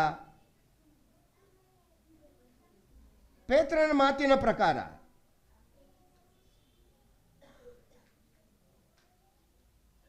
ಇದಕ್ಕೆ ಉತ್ತರ ನೋಡ್ಬಿಡೋಣ. ಅಪೊಸ್ತಲರ ಕೃತ್ಯ 10ನೇ ಅಧ್ಯಾಯ 44ರಿಂದ 46 ವಚನ. ಅವನ ವಾಕ್ಯವನ್ನು ಕೇಳಿದವರೆಲ್ಲರ ಮೇಲೆ ಪವಿತ್ರಾತ್ಮ ವರವು ಇಳಿಯಿತು. ಅವರು ನಾನಾ ಭಾಷೆಗಳನ್ನು ಆಡುತ್ತಾ ದೇವರನ್ನು ಕೊಂಡಾಡುತ್ತಾ ಇರುವುದನ್ನು ಪೇತ್ರನ ಸಂಗಡ ಬಂದಿದ್ದ ಯೆಹೂದ್ಯರಾದ ವಿಶ್ವಾಸಿಗಳು ಕೇಳಿದಾಗ ಅನ್ಯಜನಗಳಿಗೂ ಪವಿತ್ರಾತ್ಮ ದಾನ ಮಾಡಲ್ಪಟ್ಟಿದೆಯಲ್ಲ ಎಂದು ಅತ್ಯಾಶ್ಚರ್ಯಪಟ್ಟರು. ನಡೆದ ಸಂಗತಿಯನ್ನು ಪೇತ್ರನು ನೋಡಿ, ನಮ್ಮ ಹಾಗೆಯೇ ಪವಿತ್ರಾತ್ಮ ವರವನ್ನು ಹೊಂದಿದ ಇವರಿಗೆ ನೀರಿನ ದೀಕ್ಷಾಸ್ನಾನವಾಗದಂತೆ ಯಾರಾದರೂ ಅಭ್ಯಂತರ ಮಾಡಾರೆ ಎಂದು ಹೇಳಿ ಅವರಿಗೆ, ನೀವು ಯೇಸು ಕ್ರಿಸ್ತನ ಹೆಸರಿನಲ್ಲಿ ದೀಕ್ಷಾಸ್ನಾನ ಮಾಡಿಸಿಕೊಳ್ಳಬೇಕೆಂದು ಅಪ್ಪಣೆ ಕೊಟ್ಟನು. ಯಾವಾಗ ಇವ್ರಿಗೆ ಪವಿತ್ರಾತ್ಮ ಆಗಮನ ಆಯಿತು? ಕೇಳಿದ ತಕ್ಷಣ. ಕೇಳೋದು ಅಂದ್ರೆ ಅರ್ಥ ಏನು? ನೀವು ತಿಳ್ಕೊಂಡಂಗೆ ಕೇಳಿಸ್ಕೊಂಡ ತಕ್ಷಣ ಪವಿತ್ರಾತ್ಮ ಬಂದ್ಬಿಡಲ್ಲ.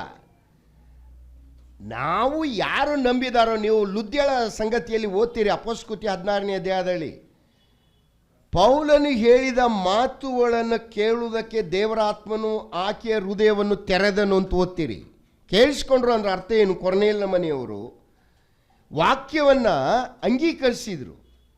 ಅಂಗೀಕರಿಸುವಾಗ ಏನಾಯಿತು? ಯೇಸುಸ್ವಾಮಿನ ನಂಬಿಕೆ ಇಟ್ಟ ತಕ್ಷಣ ಪವಿತ್ರಾತ್ಮನ ಆಗಮನ ಆಯಿತು, ಅವರಿಗೆ ಪವಿತ್ರಾತ್ಮ ದಾನವಾಯಿತು. ನಂತರ ದೀಕ್ಷಾಸ್ನಾನವನ್ನು ಪಡ್ಕೊಂಡ್ರು ಅಂತ ವಾಕ್ಯದಲ್ಲಿ ಓದ್ತೇವೆ. ಹಂಗಂತೇಳಿ ಬ್ರದರ್ ಹೇಳಿಬಿಟ್ರು ದೀಕ್ಷಾಸ್ನಾನ ಅವಶ್ಯಕತೆ ಇಲ್ಲ, ನಮ್ಮದಾಗಲೇ ಪವಿತ್ರಾತ್ಮ ಬಂದು ಅಂದು ಹೇಳಲಿಕ್ಕೆ ಹೋಗ್ಬೇಡ್ರಿ. ವಾಕ್ಯದ ಪ್ರಕಾರ ನೀನು ನಂಬಿದರೆ ದೀಕ್ಷಾಸ್ನಾನಕ್ಕೆ ವಿಧಿ ಆಗ್ತಾ, ನಂಬದೇ ಹೋದರೆ ನೀನು ವಿಧಿಯನಾಗಲ್ಲ ಅಷ್ಟೇ. ಪವಿತ್ರಾತ್ಮ ನಿನ್ನಲ್ಲಿ ಬಂದಿದ್ದಾನೆ, ನೀನು ವಿಧಿಯನಾಗ್ತೀನದಾರೆ ಖಂಡಿತವಾಗಿ ದೀಕ್ಷಾಸ್ನಾನ ಭಾಗ್ಯ ಆಗ್ತಿ. ಅಂದರೆ ಈ ವಾಕ್ಯದಲ್ಲಿ ಹೇಳುವ ಪ್ರಕಾರ ನೀವು ರಕ್ಷಣೆ ಹೊಂದುವುದು ಒಂದೇ ಒಂದು ಕಾರಣ, ನೀವು ಪವಿತ್ರಾತ್ಮ ಪಡೀಲಿಕ್ಕೆ ಇರುವಂಥ ಅವಶ್ಯಕತೆ ಒಂದೇ ಒಂದು. ಅದೇನೆಂದರೆ ನಿಮಗೇನಾಗಬೇಕು?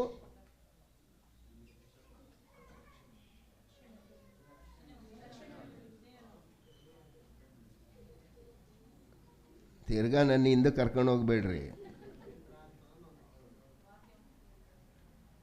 ಪವಿತ್ರಾತ್ಮನ ದಾನ ಆಗಬೇಕಾದ್ರೆ ಏನು ಕಂಡೀಷನ್ ಇದೆ?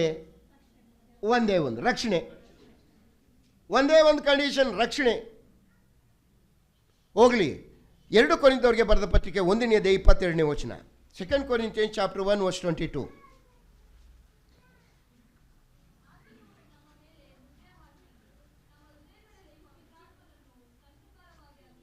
ಆತನು ನಮ್ಮ ಮೇಲೆ ಮುದ್ರೆ ಹಾಕಿ ಪವಿತ್ರಾತ್ಮನ್ನು ಸಂಚಕಾರವಾಗಿ ಕೊಟ್ಟಿದ್ದಾನೆ ಅಂತ ಯಾರಿಗೆ ಬರೀತಾ ಇದ್ದಾನೆ?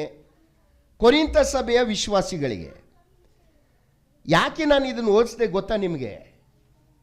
ಪವಿತ್ರಾತ್ಮ ದಾನ ಆಗಬೇಕಾದ್ರೆ ಅದು ನಿನ್ನ ವರ್ತನೆ, ನಡತೆ, ನಿನ್ನ ಭಕ್ತಿ ಯಾವುದನ್ನು ಅನ್ವಯ ಆಗುವುದಿಲ್ಲ. ಅದಕ್ಕೆ ಪವಿತ್ರ ಆತ್ಮ ನಿನ್ನಲ್ಲಿ ಬರಬೇಕಾದ್ರೆ, ಪವಿತ್ರಾತ್ಮ ದಾನ ಆಗಬೇಕಾದ್ರೆ ಒಂದೇ ಒಂದು ಕೆಲಸ, ರಕ್ಷಣೆ. ಹೊಸದಾಗಿ ಹುಟ್ಟಬೇಕು ನೀನು. ಹೊಸದಾಗಿ ಹುಟ್ಟಿದ ತಕ್ಷಣ ಪವಿತ್ರಾತ್ಮ ನಿಮ್ಮಲ್ಲಿ ಆಟೋಮೆಟಿಕ್ ಆಗಿ ಬರ್ತಾನೆ, ದಾನ ಆಗ್ತದೆ. ಈಗ ಈ ಕೊರಿಂಥ ಸಭೆಯ ವಿಶ್ವಾಸಿಗಳಿಗೆ ಬರೀತಾ ಇದ್ದಾನೆ, ನಿಮ್ಮಲ್ಲಿ ಪವಿತ್ರ ಆತ್ಮನನ್ನು ಮುದ್ರೆಯಾಗಿ ಇಟ್ಟಿದ್ದಾನೆ. ಇವರು ಎಂಥ ಜನ ಇವರು? 1 ಕೊರಿಂಥ 3:1 ಓದ್ರಿ. ಎಂಥ ಜನ ಇವರು? 1 ಕೊರಿಂಥ 3:1.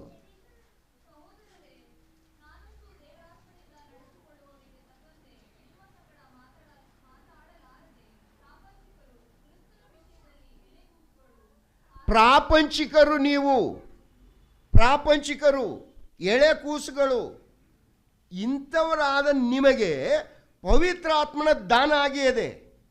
ಅಂದರೆ ಪವಿತ್ರಾತ್ಮ ನಿಮ್ಮಲ್ಲಿ ಬರಲಿಕ್ಕೆ ಇರುವುದು ಒಂದೇ ಒಂದು ಕಂಡೀಷನ್, ನಿನ್ನ ಭಕ್ತಿ, ನಿನ್ನ ಹೋರಾಟದ ಪ್ರಾರ್ಥನೆ, ನಿನ್ನ ಕಿರ್ಚಾಟ, ಪರ್ಚಾಟ, ಅರಚಾಟ ಯಾವುದು ಬೇಡ. ಒಂದೇ ಒಂದು ರಕ್ಷಣೆ ಹೊಂದಿದೆ, ಮುಗೀತು. ಯಾರು ರಕ್ಷಣೆ ಹೊಂದಿದಾನೋ ಅವನಲ್ಲಿ ಪವಿತ್ರಾತ್ಮನಿದ್ದಾನೆ. ಇದು ಸತ್ಯವೇದ ಕೊಡುವಂಥ ಸತ್ಯ. ಪವಿತ್ರಾತ್ಮ ನೀವು ನಾನು ಹೊಂದಬೇಕಾದ್ರೆ ಆಲ್ರೆಡಿ ಕಳಿಸ್ಕೊಟ್ಟಿದ್ದಾನೆ. ಪವಿತ್ರಾತ್ಮನ ಕಳಿಸ್ಕೊಡಿ ಅನ್ನುವಂಥದ್ದು ಯೇಸುಸ್ವಾಮಿ ಲೋಕದಲ್ಲಿ ಬಂದಾಗ ಮೆಸ್ಸೆಯನ್ನು ಕಳಿಸ್ಕೊಡು ಅಂತ ಇಸ್ರಾಯೇಲ್ ಜನಾಂಗ ಕೇಳಿದ ಹಾಗೆ ಯೇಸುಸ್ವಾಮಿ ಪವಿತ್ರಾತ್ಮನ ಕಳಿಸ್ಕೊಡ್ತೀನಿ ಅಂತ ಕಳಿಸಿದ್ದಾನೆ. ಪವಿತ್ರಾತ್ಮ ನೀನು ಪಡಿಬೇಕು.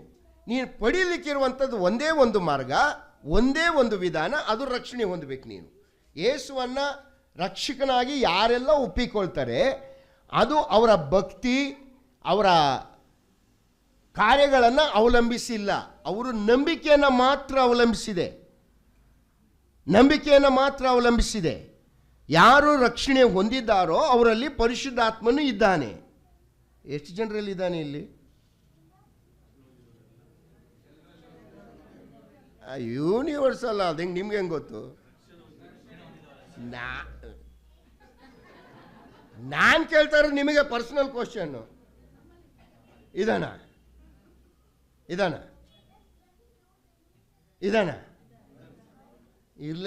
ಇರಲೇಬೇಕು. ಇಲ್ಲದೆ ಹೋದರೆ ನೀನು ಅವಿಶ್ವಾಸಿ. ಸರಿಯಪ್ಪ, ಇದೆ ಅಂತ ಹೇಳ್ತಿರಲ್ಲ. ಪವಿತ್ರಾತ್ಮ ನಿಮ್ಮಲ್ಲಿ ಬಂದಿದ್ದಾನೆ ಅಂತ ಗೊತ್ತಾಗೋದು ಹೇಗೆ? ಅವ್ರು ಹೇಳ್ತಾರೆ ಟಂಗ್ಸಲ್ಲಿ ಮಾತಾಡಿ ಅಂತಾರೆ. ಟಂಗ್ಸ್ಲ ಮಾತಾಡ್ತೀರಿ? ಅದು ಯಾರೋ ಕೇಳಿದ್ರು ನಿಮಗೆ ಟಂಗ್ಸ್ ಬರುತ್ತಂತೆ. ಬರುತ್ತೆ. ತೆಲುಗು ಸ್ವಲ್ಪ, ತಮಿಳು ಸ್ವಲ್ಪ, ಇಂಗ್ಲೀಷು ಸ್ವಲ್ಪ, ಮಲಯಾಳ ಟಂಗ್, ಕನ್ನಡ ಒಂದು ಸರಿಯಾಗಿ ಬರುತ್ತೆ ಅಂದೆ ನಾನು. ಉಳಿ ಟಂಗಳು ಸ್ವಲ್ಪ ಬರುತ್ತೆ ಅಂದೆ. ಅದಲ್ಲ ಅಲ್ಲಿ ಅದು. ಈಗ ಪರಿಶುದ್ಧಾತ್ಮನು ಕಳಿಸಲ್ಪಟ್ಟಿದ್ದಾನೆ. ಪರಿಶುದ್ಧಾತ್ಮನ ನೀನು ನಾನು ಪಡಿಬೇಕಾದ್ರೆ ಸತ್ಯವೇದ ಕೊಡುವಂಥ ಆಧಾರ ಏನಂದರೆ ನೀನು ರಕ್ಷಣೆ ಹೊಂದಬೇಕು. ರಕ್ಷಣೆ ಹೇಗೆ ಹೊಂದುತ್ತಿ?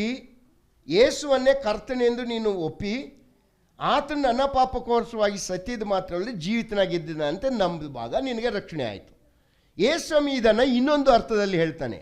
ಯೋಹಾನ 3:3 ನೀನು ಹೊಸದಾಗಿ ಹುಟ್ಟಬೇಕು. ಹೊಸದಾಗಿ ಹುಟ್ಟೋದೊಂದು ಅರ್ಥ ಏನು? ಓದ್ರಿ, ಯೋಹಾನ 3:5-6 ವಚನ.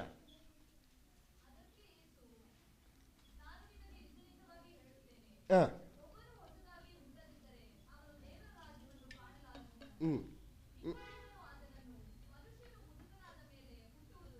5-6 ಮಾತ್ರ ಸಾಕು ಸಿಸ್ಟರ್.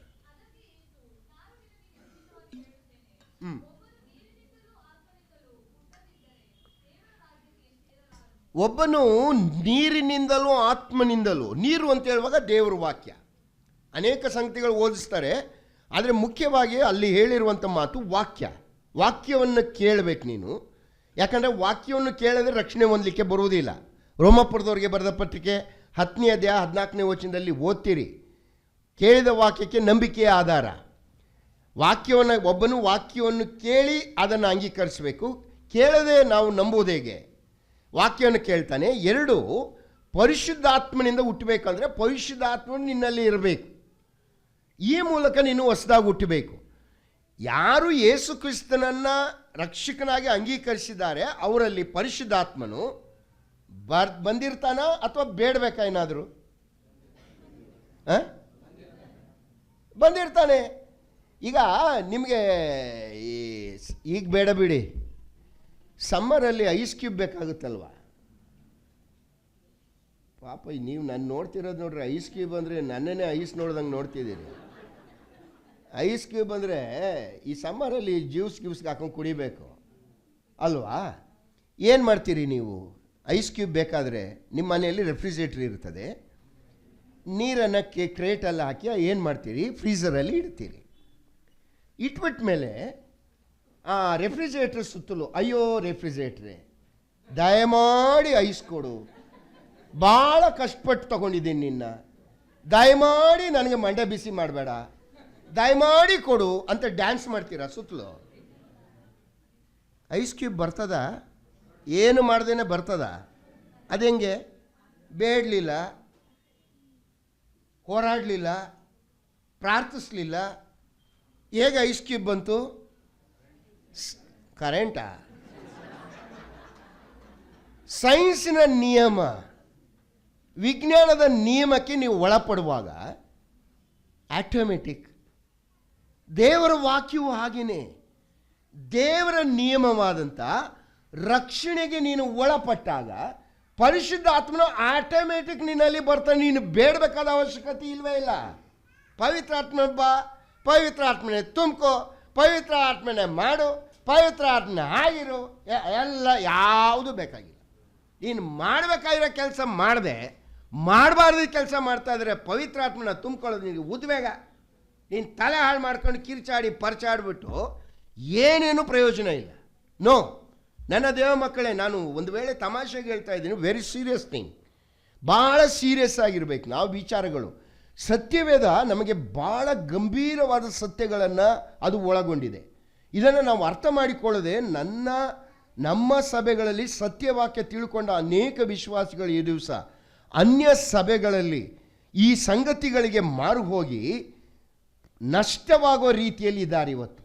ನೋಡ್ರಿ, ಸತ್ಯವೇದ ಹೇಳುವ ಪ್ರಕಾರ ಒಬ್ಬ ವಿಶ್ವಾಸಿ, ಒಬ್ಬ ಪಾಪಿ ಯೇಸು ಕ್ರಿಸ್ತನನ್ನು ಸ್ವಂತ ರಕ್ಷಕನಾಗಿ ಯಾವ ಕ್ಷಣದಲ್ಲಿ ಅಂಗೀಕರಿಸ್ತಾನೆ ಅದೇ ಕ್ಷಣದಲ್ಲಿ ಪವಿತ್ರಾತ್ಮನು ಆಟೋಮೆಟಿಕ್ ಆಗಿ ಅವನಿಗೆ ದಾನವಾಗಿ ಕೊಡಲ್ಪಡ್ತಾನೆ. ಸರಿ, ಇದು ಸ್ನಾನ. ಈ ಸ್ನಾನಕ್ಕೆ ಅನೇಕ ಹೆಸರುಗಳಿವೆ ಸತ್ಯವೇದದಲ್ಲಿ. ಓದ್ರಿ, ಅಪೊಸ್ತಲಕೃತ್ಯ 10ನೇ ಅಧ್ಯಾಯ, ಅಪೊಸ್ತಲಕೃತ್ಯ 10ನೇ ಅಧ್ಯಾಯ 44ನೇ ವಚನ, 45ನೇ ವಚನ. ವರ, ಪವಿತ್ರಾತ್ಮ ವರ. ಆಮೇಲೆ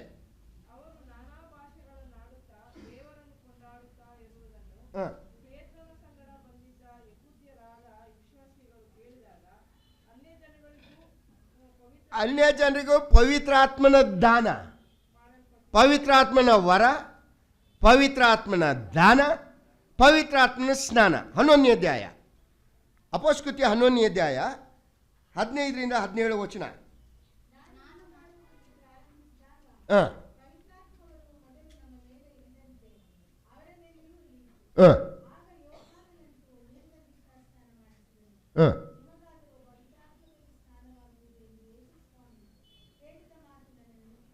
ಗಮನಿಸ್ರಿ ನೀವು, ಪವಿತ್ರಾತ್ಮನ ದಾನವನ್ನೇ ಪೇತ್ರನು ಏನು ಹೇಳ್ತಾನೆ?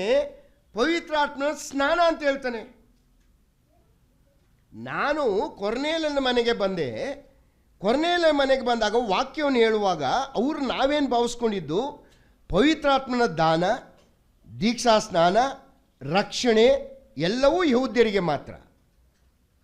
ಆದರೆ ಕೊರ್ನೇಲನ ಮನೆಗೆ ನಾನು ಬಂದಾಗ ಪವಿತ್ರಾತ್ಮನ ದಾನ ಅವರ ಮೇಲೆ ಆದದ್ದನ್ನು ನಾನು ನೋಡುವಾಗ ನನಗೆ ನೆನಪು ಬಂದಿದ್ದು ಯಾವುದಂದರೆ, ಸ್ನಾನಿಕನಾದ ಯೋಹಾನ ಹೇಳಿದ್ನಲ್ಲ ನಿಮಗೆ ಪವಿತ್ರಾತ್ಮ ಸ್ನಾನ ಆಗ್ತದೆ ಅಂತ, ಅದು ನನ್ನ ನೆನಪಿಗೆ ಬಂತು. ಅಂದರೆ ಪವಿತ್ರಾತ್ಮನ ದಾನ, ಸ್ನಾನ, ವರ ಎಲ್ಲ ಆಗೋದು ಯಾವಾಗ? ರಕ್ಷಣೆ ಹೊಂದಿದಾಗ. ಅಯ್ಯೋ ನನ್ನ ಪ್ರಿಯ ವಿಶ್ವಾಸಿಗಳೇ, ಇಲ್ಲಿ ಕುಳಿತು ನಾವೆಲ್ಲರೂ ಕೂಡ ಪವಿತ್ರಾತ್ಮ ಸ್ನಾನ ಹೊಂದಿದವರು. ಹೋಗಲಿ, ಇನ್ನೊಂದು ಒಂದು ಪದ ಇದೆ. ಎಫೆಸದವರಿಗೆ ಬರೆದ ಪತ್ರಿಕೆ 4ನೇ ಅಧ್ಯಾಯ 30ನೇ ವಚನ. ಎಫೆಸ 4:30.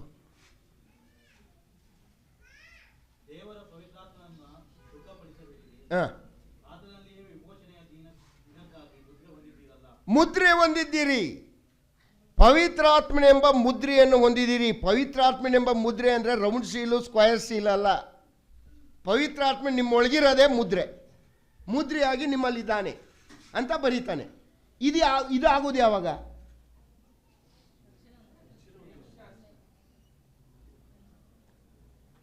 ಸಿಸ್ಟರ್, ನೀವು ಹೇಳೋದನ್ನು ಒಪ್ಕೋತೀನಿ. ನಾನು ಯಾವುದು ವಚನ ಇಲ್ಲದೆ ಯಾವುದು ಒಪ್ಪಲ್ಲ. ಓದ್ರಿ, ಎಫೆಸದ ಬರೆದ ಪತ್ರಿಕೆ 1ನೇ ಅಧ್ಯಾಯ 13-14.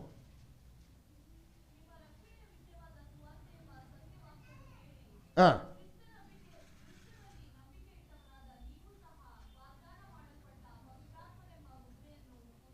ಹಾಂ,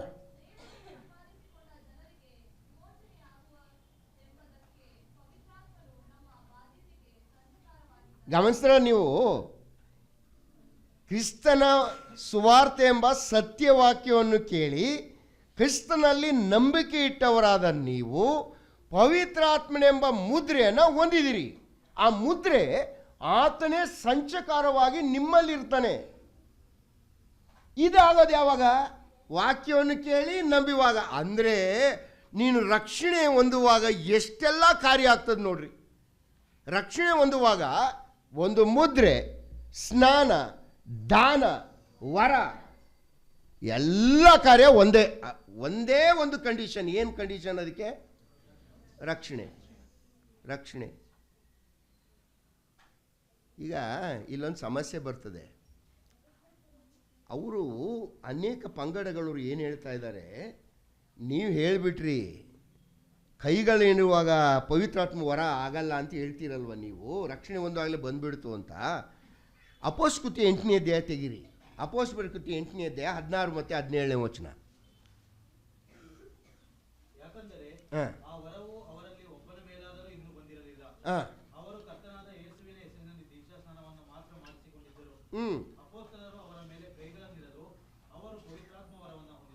ಗಮನಿಸ್ರ? ಇದಕ್ಕೇನು ಹೇಳ್ತೀರಿ? ಸಾಧ್ಯ ಇಲ್ಲ. ನಂಬಿಟ್ರೆ ಅಷ್ಟು ಸುಲಭವಾಗಿ ಸಿಕ್ಕಿಬಿಡ್ತದ. ಡಾಕ್ಟ್ರು ಪ್ರಭುದಾಸು ನಮ್ಮಂಥವ್ರು ಕೆಲವರು ಬಂದು ಕೈ ಇಟ್ಟಾಗಲೇ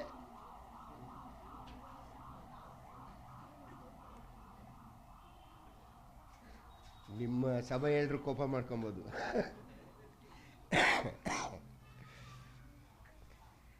ಇದೇನು? ನಾನು ಯಾಕೆ ಇದನ್ನು ಹೇಳ್ತಾ ಇದ್ದೀನಿ ಅಂದರೆ, ನಾವು ಎಲ್ಲ ವಚನಗಳನ್ನು ಸರಿಯಾಗಿ ಅರ್ಥ ಮಾಡ್ಕೊಂಡಿರಬೇಕು. ಈ ಭಾಗ 8ನೇ ಅಧ್ಯಾಯ 16-17 ವಚನದಲ್ಲಿ ನೀವು ನೋಡುವಂಥ ಏನಾಯಿತು?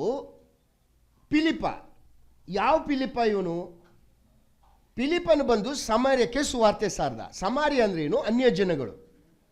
ಅನ್ಯ ಜನಗಳಿರುವಂಥ ಸ್ಥಳ. ಫಿಲಿಪನ್ ಏನು ಮಾಡ್ದ? ಸಮಾರ್ಯಕ್ಕೆ ಬಂದ, ಸುವಾರ್ತೆ ಸಾರ್ದ. ಏನಾಯಿತು? ಓದ್ರಿ, 8ನೇ ಅಧ್ಯಾಯ 12ನೇ ವಚನದಲ್ಲಿ ಓದ್ರಿ, ಏನಾಯಿತು? ಆದರೆ ಫಿಲಿಪನು ದೇವರ ರಾಜ್ಯದ ವಿಷಯದಲ್ಲಿಯೂ ಯೇಸು ಕ್ರಿಸ್ತನ ಹೆಸರಿನ ವಿಷಯದಲ್ಲಿಯೂ ಶುಭ ವರ್ತಮಾನವನ್ನು ಸಾರಲು ಗಂಡಸರು ಹೆಂಗಸರು ನಂಬಿ ದೀಕ್ಷಾಸ್ನಾನ ಮಾಡಿಸಿಕೊಂಡರು. ಫಿಲಿಪನು ಬಂದು ಸುವಾರ್ತೆ ಸಾರ್ದ. ಯಾವ ಫಿಲಿಪ ಇವನು? ಅಪೊಸ್ತಲಕೃತ್ಯ 21ನೇ ಅಧ್ಯಾಯ 8ನೇ ವಚನ. ಯಾವ ಫಿಲಿಪ? ಯೇಸುಸ್ವಾಮಿ ಶಿಷ್ಯನಲ್ಲ. ಯಾವ ಫಿಲಿಪ ಇವನು? ಓದ್ರಿ, ಅಪೊಸ್ತಲಕೃತ್ಯ 21:8.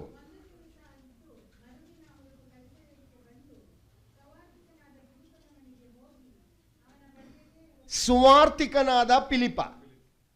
ಇವನೇನು ಮಾಡ್ದ? ಸಮಾರ್ಯಕ್ಕೆ ಬಂದ, ಸುವಾರ್ತೆ ಸಾರ್ದ, ರಕ್ಷಣೆ ಹೊಂದಿಬಿಟ್ರು, ದೀಕ್ಷಾಸ್ನಾನ ಕೊಟ್ಟ, ಪವಿತ್ರಾತ್ಮನ ಬರಲಿಲ್ಲ. ಈ ವಿಚಾರ ಎಲ್ಲಿ ಗೊತ್ತಾಯಿತು? ಯೆರೂಸಲೇಮಿನ ಸಭೆಯಲ್ಲಿದ್ದಂಥ ಅಪೊಸ್ತಲರಿಗೆ. ಅವರೇನು ಮಾಡಿದ್ರು? ಡಿಸ್ಪ್ಯಾಚ್ ಪೇತ್ರನನ್ನು ಯೋಹಾನನ್ನು ಕಳಿಸಿದ್ರು. ಅಪೊಸ್ತಲರಾದ ಪೇತ್ರ ಯೋಹಾನ ಬಂದರು. ಎಲ್ಲಿಗೆ ಬಂದರು? ಸಮಾರ್ಯಕ್ಕೆ. ಸಮಾರ್ಯಕ್ಕೆ ಬಂದು ಕೇಳಿದ್ರು, ಯೇಸುಸ್ವಾಮಿ ನಂಬಿದ್ದೀರಾ? ನೀವು? ನಂಬಿದ್ದೇವೆ. ದೀಕ್ಷಾಸ್ನಾನ ಹೊಂದಿದ್ದೀರಾ? ಹೊಂದಿದ್ದೀರಿ. ಪವಿತ್ರಾತ್ಮನ ಆಗಮನ ಆಯಿತಾ? ಇಲ್ಲ. ಅವರು ಅವರ ಮೇಲೆ ಕೈಗಳನ್ನಿಟ್ಟು ಪ್ರಾರ್ಥಿಸುವಾಗ ಪವಿತ್ರಾತ್ಮ ದಾನ ಆಯಿತು. ಇದು ಯಾಕೆ? ದೇವರು ಯಾಕೆ ಈ ಕೆಲಸ ಮಾಡ್ದ? ಹಾಗಾದರೆ ಎಲ್ಲ ಪ್ರಕರಣಗಳಲ್ಲಿ ಎಲ್ಲರಿಗೂ ಯೇಸುಸ್ವಾಮಿ ನಂಬುವಾಗ ಪವಿತ್ರಾತ್ಮ ದಾನ ಆಗೋದಿಲ್ವಾ? ಈ ಪ್ರಶ್ನೆ ನಮಗೆ ಬರ್ತದೆ. ಮತ್ತೊಂದು ಪ್ರಕರಣ ಎಲ್ಲಿದೆ? ಅಪೊಸ್ತಲಕೃತ್ಯ 19ನೇ ಅಧ್ಯಾಯ 6ನೇ ವಚನ. ಯೋಹಾನ ಅಪೊಸ್ತಲಕೃತ್ಯ 19:6.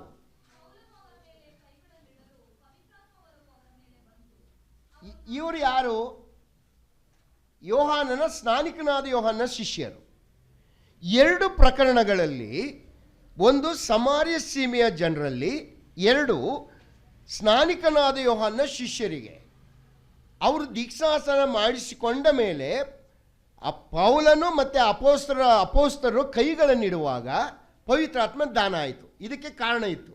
ಒಂದು ಸಮಾರ್ಯ ಸೀಮೆ. ಈ ಸಮಾರ್ಯ ಸೀಮೆ ಅನ್ನುವಂಥದ್ದು ಅನ್ಯರಿರುವಂಥ ಸ್ಥಳ. ಅಪೊಸ್ತಲರ ಯೋಚನೆ ಏನು? ಪರಿಶುದ್ಧಾತ್ಮನು ದಾನ, ಪರಿಶುದ್ಧಾತ್ಮನ ವರ ಇದೆಲ್ಲವೂ ಇಸ್ರಾಯೇಲ್ ಜನರಿಗೆ ಮಾತ್ರ. ರಕ್ಷಣೆ ಎಂಬುದು ಅನ್ಯರಿಗಿಲ್ಲ. ಇದನ್ನು ಅವರು ನಂಬಿದ್ರು. ನೀವು ಕೊರ್ನೇಲಿನ ಪ್ರಕರಣದಲ್ಲಿ ಓದ್ತೀರಿ, ಅದು ಲೇಟ. ದೇವರು ಪೇತ್ರನ್ನು ಎಚ್ಚರಿಸ್ತಾನೆ. ಆ ಜೋಳಿಗೆ ಅದೆಲ್ಲ ಹೇಳಲಿಕ್ಕೆ ಹೋದ ಸಮಯ ಇಲ್ಲ ನನಗೆ. ಆ ಜೋಳಿಗೆಲಿರೋದನ್ನು ಅಶುದ್ಧವಾದ ಪ್ರಾಣಿಗಳನ್ನು ಕೊಯ್ದು ತಿನ್ನು ಅಂತ ಹೇಳುವಾಗ ಪೇತ್ರ ಹೇಳ್ತಾನೆ, ಹೇಗೆ ಕೊಯ್ದು ತಿನ್ನಲಿ? ಅಶುದ್ಧವಾದದ್ದು. ದೇವರು ಶುದ್ಧ ಮಾಡಿದ್ದನ್ನು ಅಶುದ್ಧ ಅಂತ ಹೇಳ್ತೀಯಾ? ಅವನು ದೇವರು ಏನೋ ಹೇಳ್ತಾ ಇದ್ದಾನೆ ಎಂಬ ಯೋಚನೆಯಲ್ಲಿ ಕೆಳಗೆ ಬರ್ತಾನೆ. ಬರುವಾಗ ಯಾರೋ ಬಾಗಿಲು ಕೊಡ್ತಾರೆ. ಬಾಗಿಲು ಕೊಟ್ಟುವಾಗ ಏನು ಅಂತ ಹೇಳುವಾಗ, ಸ್ವಾಮಿ ಕೊರ್ನೇಲನು ನಿಮ್ಮನ್ನು ಕರೆ ಕಳಿಸಿದ್ದಾನೆ, ದೇವದೂತನು ಬಂದು ಅವನಿಗೆ ಎಚ್ಚರಿಕೆ ಕೊಟ್ಟಿದ್ದಾನೆ, ಅದರ ಪ್ರಕಾರ ನಾವು ಬಂದಿದ್ದೇವೆ ನಿನ್ನನ್ನು ಕರ್ಕೊಂಡು ಹೋಗ್ಲಿಕ್ಕೆ. ಪೇತ್ರನಿಗೆ ಗೊತ್ತಾಗ್ತದೆ ದೇವರು ಅನ್ಯ ಜನರುಗಳನ್ನು ಕೂಡ ಆತನು ಅಂಗೀಕರಿಸ್ತಾನೆ ಅನ್ನುವ ಮಾರ್ಕೆ ಅಲ್ಲಿ ಹೋಗ್ತಾನೆ. ವಾಕ್ಯ ಹೇಳ್ತಾನೆ, ಪವಿತ್ರ ದಾನ ಆಗೋದ್ರಿಂದ ಅವನೇನು ಮಾಡ್ತಾನೆ, ದೀಕ್ಷಾಸ್ನಾನ ಕೊಟ್ಟು ಬರ್ತಾನೆ. ಇಲ್ಲಿ ಸಮಾರ್ಯ ಸೀಮೆಯಲ್ಲಿ ನಂಬಿರುವಂಥ ವ್ಯಕ್ತಿಗಳಿಗೆ ಪವಿತ್ರಾತ್ಮನು ಫಿಲಿಪ್ಪನು ವಾಕ್ಯ ಕೇಳಿದಾಗಲೇ ಬಂದ್ಬಿಟ್ಟಿದ್ದರೆ ಅಪೊಸ್ತಲರು ಅವ್ರನ್ನ ಎಂದಿಗೂ ಅಂಗೀಕರಿಸ್ತಾ ಇರಲಿಲ್ಲ. ಅನ್ಯ ಸಭೆಯೇ ಬೇರೆ, ಯಹೂದ್ಯ ಸಭೆಯೇ ಬೇರೆ. ಇವರು ಯಾವ ಕಾರಣಕ್ಕೂ ಅಪೊಸ್ತಲರನ್ನು ಒಪ್ಪಿಕೊಳ್ಳಲಿಕ್ಕೆ ಸಾಧ್ಯತೆ ಇರಲಿಲ್ಲ. ಈ ಕಾರಣದಿಂದ ಕೈಗಳನ್ನಿಟ್ಟು ಪವಿತ್ರಾತ್ಮ ದಾನ ಆಗಬೇಕಾದ್ರೆ ಫಿಲಿಪ್ಪನೇ ಕೈಗಳನ್ನ ಇಡ್ಬೋದಾಗಿತ್ತಲ್ಲ. ಯಾಕೆ ಅಪೊಸ್ತಲರು ಬಂದು ಕೈಗಳನ್ನು ಇಡುವಂಥ ದೇವರು ಮಾಡ್ದ ಅಂದರೆ ಅರ್ಥ ಏನಂದರೆ, ಯಹೂದ್ಯ ಸಭೆ ಅನ್ಯ ಸಭೆನ ಒಂದು ಮಾಡಲಿಕ್ಕೋಸ್ಕರವಾಗಿ ಮಾತ್ರ ಒಂದೇ ಒಂದು ಪ್ರಕರಣದಲ್ಲಿ ಈ ಕಾರ್ಯವನ್ನು ಮಾಡಿ ಅವರಿಬ್ಬರನ್ನು ಒಂದು ಮಾಡದ ಅಷ್ಟೇ ಬಿಟ್ಟರೆ, ಸಾರ್ವತ್ರಿಕ ನಿಯಮ ಇವತ್ತು ನನಗೆ ನಿನಗೆ ಪವಿತ್ರಾತ್ಮನ ದಾನ ಆಗಬೇಕಾದ್ರೆ, ಪವಿತ್ರಾತ್ಮನ ಮುದ್ರೆ ಆಗಬೇಕಾಗಿದ್ದರೆ ನಾನು ನೀನು ಮಾಡಬೇಕಾಗಿರುವ ಕೆಲಸ ಒಂದೇ. ಅದು ಏನಂದರೆ ರಕ್ಷಣೆ ಹೊಂದಬೇಕು, ಹೊಸದಾಗಿ ಹುಟ್ಟಬೇಕು. ಹೊಸದಾಗಿ ಹುಟ್ಟೋದು ಆತ್ಮನಿಂದ ನೀನು ಹುಟ್ಟಿದವನಾಗಿರಬೇಕು, ಆತ್ಮ ನಿನ್ನಲ್ಲಿರಬೇಕು. ಎಷ್ಟು ಜನ ಇಲ್ಲಿ ಹೊಸದಾಗಿ ಹುಟ್ಟಿದ್ದೀರಿ? ಅಥವಾ ಎಷ್ಟು ಜನ ರಕ್ಷಣೆ ಹೊಂದಿದ್ದೀರಿ? ಅಯ್ಯೋ ದೇವ್ರೆ, ಹಂಗೆ ಗೊತ್ತಾಗಲ್ಲ ಬ್ರದರ್. ಆಯಿತು, ಎಷ್ಟು ಜನರಲ್ಲಿ ಪವಿತ್ರ ಆತ್ಮನಿದ್ದಾನೆ? ಇದ್ದಾನೆ. ಗೊತ್ತಾಗೋದು ಹೆಂಗೆ? ಏನು ಕಾರ್ಯಗಳಲ್ಲಿ ಓದ್ರಿ, ಹೆಂಗೆ ತಿಳ್ಕೋಬೇಕು? ಮತ್ತಾಯನ ಸುವಾರ್ತೆ 7ನೇ ಅಧ್ಯಾಯ 16 ಮತ್ತು 20ನೇ ವಚನ.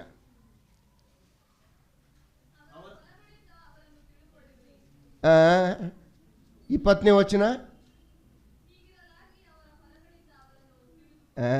ಈ ಎಡವಟ್ ಪಾರ್ಟಿಗಳು ಏನು ಮಾಡ್ತಾ ಇದ್ದಾರೆ ಗೊತ್ತಾ?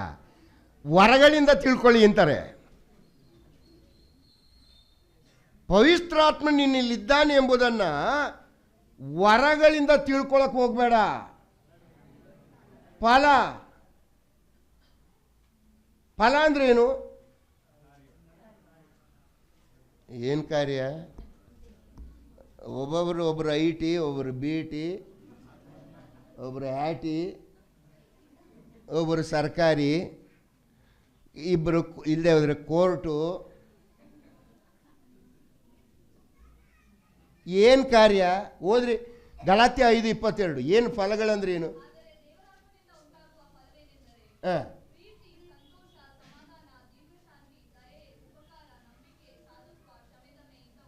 ಎಷ್ಟಿದೆ? ಒಂದಾದರೂ ಇದೆಯಾ ನಮ್ಮಲ್ಲಿ?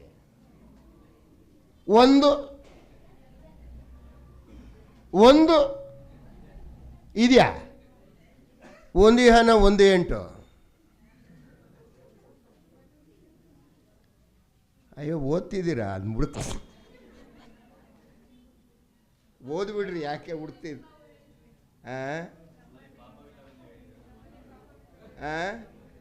ಓದ್ರಿ ಅಪ್ಪ.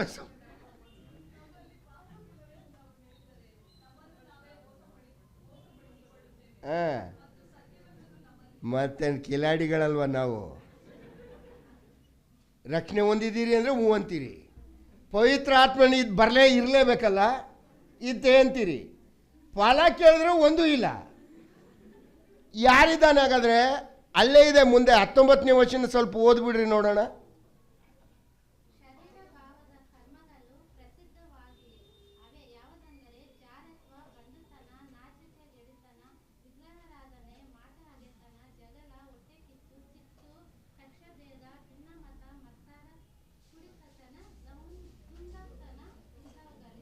ಈ 16ರಲ್ಲಿ ಯಾವುದಿಲ್ಲ ನಮ್ಮ ಹತ್ರ. 16 ಇವೆ, 9 ಕೇಳಿದ್ರು ಒಂದು ಇಲ್ಲ. ಹಾಗಾದ್ರೆ ಒಳಗಿರೋನು ಯಾರು? ಒಳಗಡೆ ಯಾರಿದ್ದಾರೆ?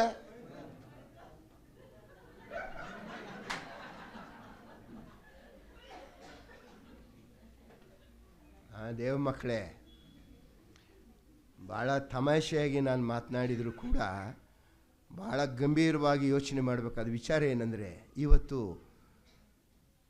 ನಾನು ನೀನು ನಂಬುವಾಗ ದೇವರು ತ್ರೈಕತ್ವದಲ್ಲಿ ಒಬ್ಬನಾದಂಥ ಪರಿಶುದ್ಧಾತ್ಮನನ್ನು ನನ್ನ ನಿನ್ನ ಜೀವಿತದಲ್ಲಿ ಇಟ್ಟು ನಿನ್ನನ್ನು ಕಾಯ್ತಾನೆ. ಎಲ್ಲಿವರೆಗೂ ಕಾಯ್ತಾನೆ ಗೊತ್ತಿದೆಯಾ ನಿಮಗೆ? ಓದ್ರಿ, ಎಫೆಸ 4:30. ಎಫೆಸ 4:30. ದೇವರ ಪವಿತ್ರಾತ್ಮನನ್ನು ದುಃಖಪಡಿಸಬೇಡಿರಿ, ಆತನಲ್ಲಿಯೇ ವಿಮೋಚನೆಯ ದಿನಕ್ಕಾಗಿ ಮುದ್ರೆ ಹೊಂದಿದ್ದೀರಲ್ಲ. ಯಾವುದು ವಿಮೋಚನೆಯ ದಿವಸ? ಯಾವುದು ವಿಮೋಚನೆಯ ದಿವಸ? ಯಾವುದು ವಿಮೋಚನೆ ದಿವಸ? ರೋಮಾಪುರದ 8:22-23. ಬೇಗ ಓದ್ರಿ. ರೋಮ 8, ನನ್ನ ಸಮಯ ಮುಗಿತಾ ಬಂತು. ರೋಮ 8:22.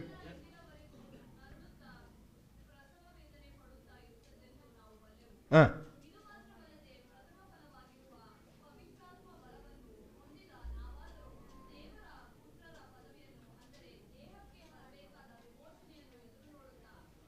ನಮಗೆ ಆತ್ಮದಲ್ಲಿ ಬಿಡುಗಡೆ ಹೊಂದಿದ್ದೇವೆ. ನೀವು ಎಫೆಸ 2:7 ಓದ್ತೀರಿ, ಪಾಪ ಅಪರಾಧಗಳಿಂದ ಸತ್ತವರಾದ ನಮ್ಮನ್ನು ಕ್ರಿಸ್ತನೊಂದಿಗೆ ಎಬ್ಬಿಸಿ ಪರಲೋಕದಲ್ಲಿ ಆತನೊಂದಿಗೆ ಕೂಡಿಸಿದ್ದಾನೆ. In spirit, but bodily we are still waiting. ಪೌಲನು ಬರಿತಾ ಇದ್ದಾನೆ, ನಾವು ದೇಹಕ್ಕೆ ಇನ್ನೂ ಬಿಡುಗಡೆ ಆಗಲಿಲ್ಲ.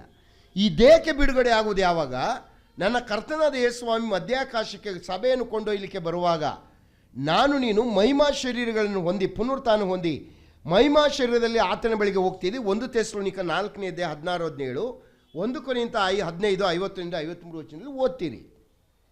ಅಂದರೆ ಏನನ್ನು ಬರಿತಾ ಇದ್ದಾನೆ?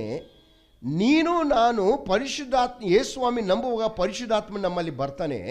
ಬಂದಂಥ ಪರಿಶುದ್ಧಾತ್ಮನು ಎಲ್ಲಿವರೆಗೆ ನಿನ್ನ ಜೊತೆಯಲ್ಲಿ ಇರ್ತಾನೆ ಅಂದರೆ ಬಿಡುಗಡೆಯ ದಿವಸದವರೆಗೆ. What a wonderful God we have.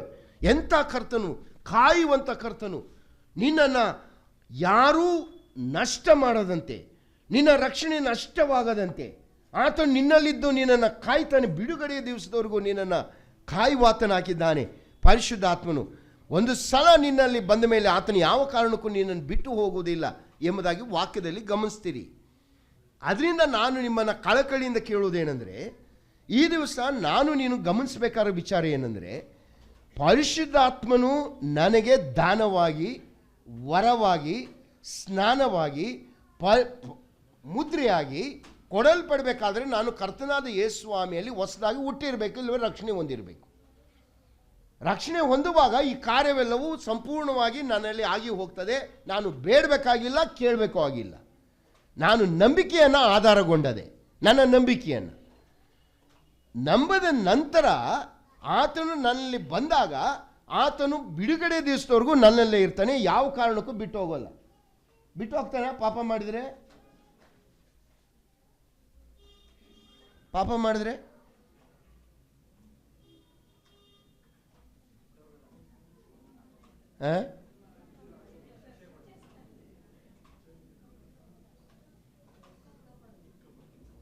ಬಿಟ್ಟು ಹೋಗ್ತಾನೆ. ಓದಿದ್ರಲ್ಲ ಈಗ ತಾನೆ, ಬಿಡುಗಡೆಯ ದಿವಸದವರೆಗೂ ನಿನ್ನ ಜೊತೆಯಲ್ಲಿ ಇರ್ತಾನೆ. ಬಿಡುಗಡೆಯ ದಿವಸದವರೆಗೆ ಏನು ಮಾಡ್ತಾನೆ? ನೀನು ಪಾಪ ಮಾಡುವಾಗ ದುಃಖಗೊಳ್ತಾನೆ. ಓದಿದ್ರಲ್ವಾ ಎಫೆಸರ್ 4:30, 1 ಥೆಸಲೋನಿಕ 5:19 ಓದ್ರಿ. ಏನಾಗ್ತಾನೆ ನೀನು ಪಾಪ ಮಾಡಿದರೆ? 1 ಥೆಸಲೋನಿಕ 5:19.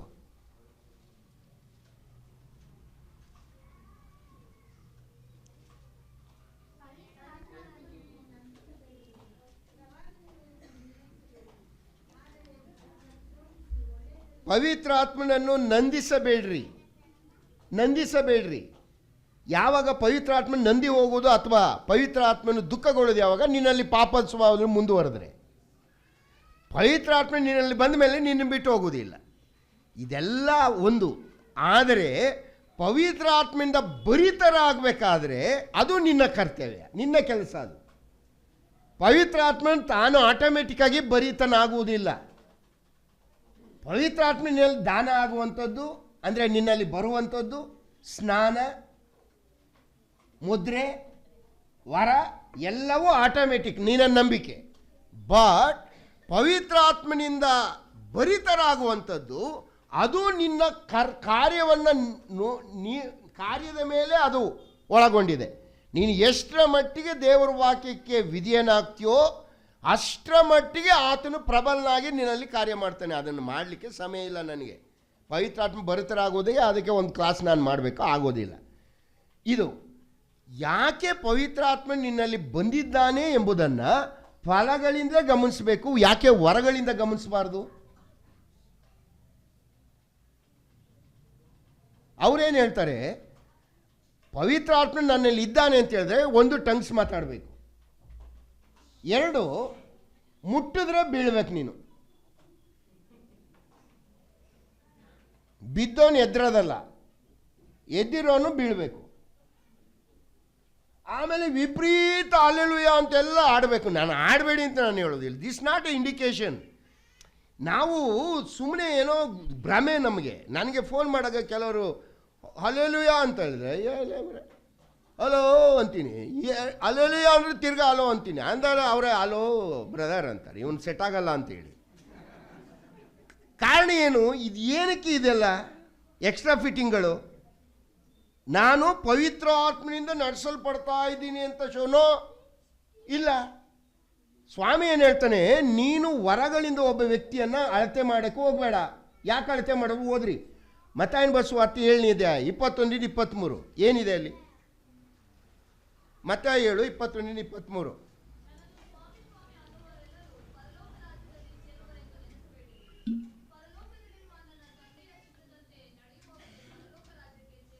ಹಾಂ ಹಾಂ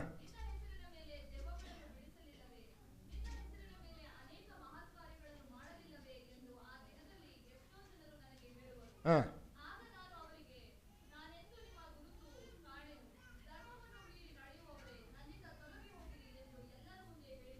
ಇವರು ಯಾರು? ಇವರು ಎಲ್ಲ ಮಾಡಿರೋದು ಯಾರ ಹೆಸರಲ್ಲಿ? ದೆವ್ವ ಬಿಡಿಸಿದ್ದಾರೆ. ನಾನು ಈ ದೆವ್ವ ಬಿಡಿಸೋರು, ಈ ಮಿರಾಕಲ್ ಮಾಡೋರು ಎಲ್ಲರೂ ದೆವ್ವದಿಂದ ಮಾಡ್ತಾರೆ ಅಂತ ನಾನು ಹೇಳೋದಿಲ್ಲ. ನಾನು ದ್ರೋಹಿ ಆಗಿಬಿಡ್ತೀನಿ ದೇವ್ರ ವಿಚಾರದಲ್ಲಿ. ದೇವರು ವರಗಳನ್ನು ಕೊಡೋದಿಲ್ಲ ಅಂತ ನಾನು ಹೇಳೋದಿಲ್ಲ. ಬಟ್ ವರಗಳಲ್ಲಿ ನಾನಾ ವರಗಳಿದೆ. ಎಲ್ಲ ವರಗಳು ಎಲ್ಲರೂ ಮಾಡೋಕ್ಕಾಗಲ್ಲ. ನೀವು 1 ಕೊರಿಂಥ 12, 1 ಕೊರಿಂಥ 14 ಓದುವಾಗ ವರಗಳಲ್ಲಿ ಡಿಫ್ರೆಂಟ್ ವರಗಳಿವೆ. ಆ ವರಗಳಲ್ಲಿ ಅತಿಥಿ ಸತ್ಕಾರ ಮಾಡೋದು ಒಂದು ವರ, ಈಕ್ವಲೆಂಟ್ ವರ ಅದು. ಈ ದಿವಸ ಜನ ಏನು ಮಾಡ್ತಾರೆ?